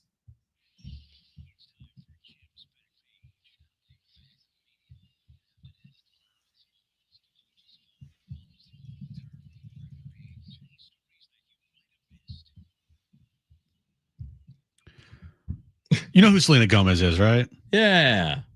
Singer? Yeah. Mm-hmm. Well, actress? Actress? Yeah. Selena Gomez has teamed up with Oreos to launch a brand new limited edition cookie inspired by the classic Mexican drink horchata. The cookies feature chocolate cinnamon flavored wafers filled with a creamy mix of cinnamon and sweetened condensed milk topped with a sprinkle of cinnamon sugar. Would you eat that? Sure. The Oreo Selena Gomez. It's interesting. It is interesting. Pre-orders for this starts on June 2nd. It will be releasing nationwide on June 9th. Should we pick some up? Sure. Right when you get back from that honeymoon, just pick up some Oreo cookies. I'll forget about it the second I leave the studio today. 100%. Krispy Kreme is going to bring back their strawberry glazed donuts on May 30th. Krispy Kreme is officially bringing back its beloved. Is this beloved? Beloved strawberry original glazed donuts, but only for a limited time. The pink hued fan favorite will be available from Friday, May 30th through Sunday, June 1st. What's strawberry about it? The filling or the... It's a part of a special celebration of the 45th anniversary of Pac-Man. Oh yeah, because nothing says Pac-Man like strawberry. Well, no, donuts. It's a regular glazed donut with a pink top on it. Gotcha. Okay. So I guess we could have that. A winning lottery ticket, John, was scratched. So a scratcher. Mm-hmm. In Los Angeles. How much? $15 million. No way. Scratcher? A $15 million lottery scratcher was sold in L.A. What? California player has become the first top prize winner of the state's 40th anniversary themed scratcher game, taking home a staggering $15 million. Yeah, but you're still thinking of, all scratchers are $1. It's probably 40? Like a 30. Yeah. Well, the ones that you win that kind of 30 or $30, $40 scratchers. Well, I'll pay 30 for 15 mil.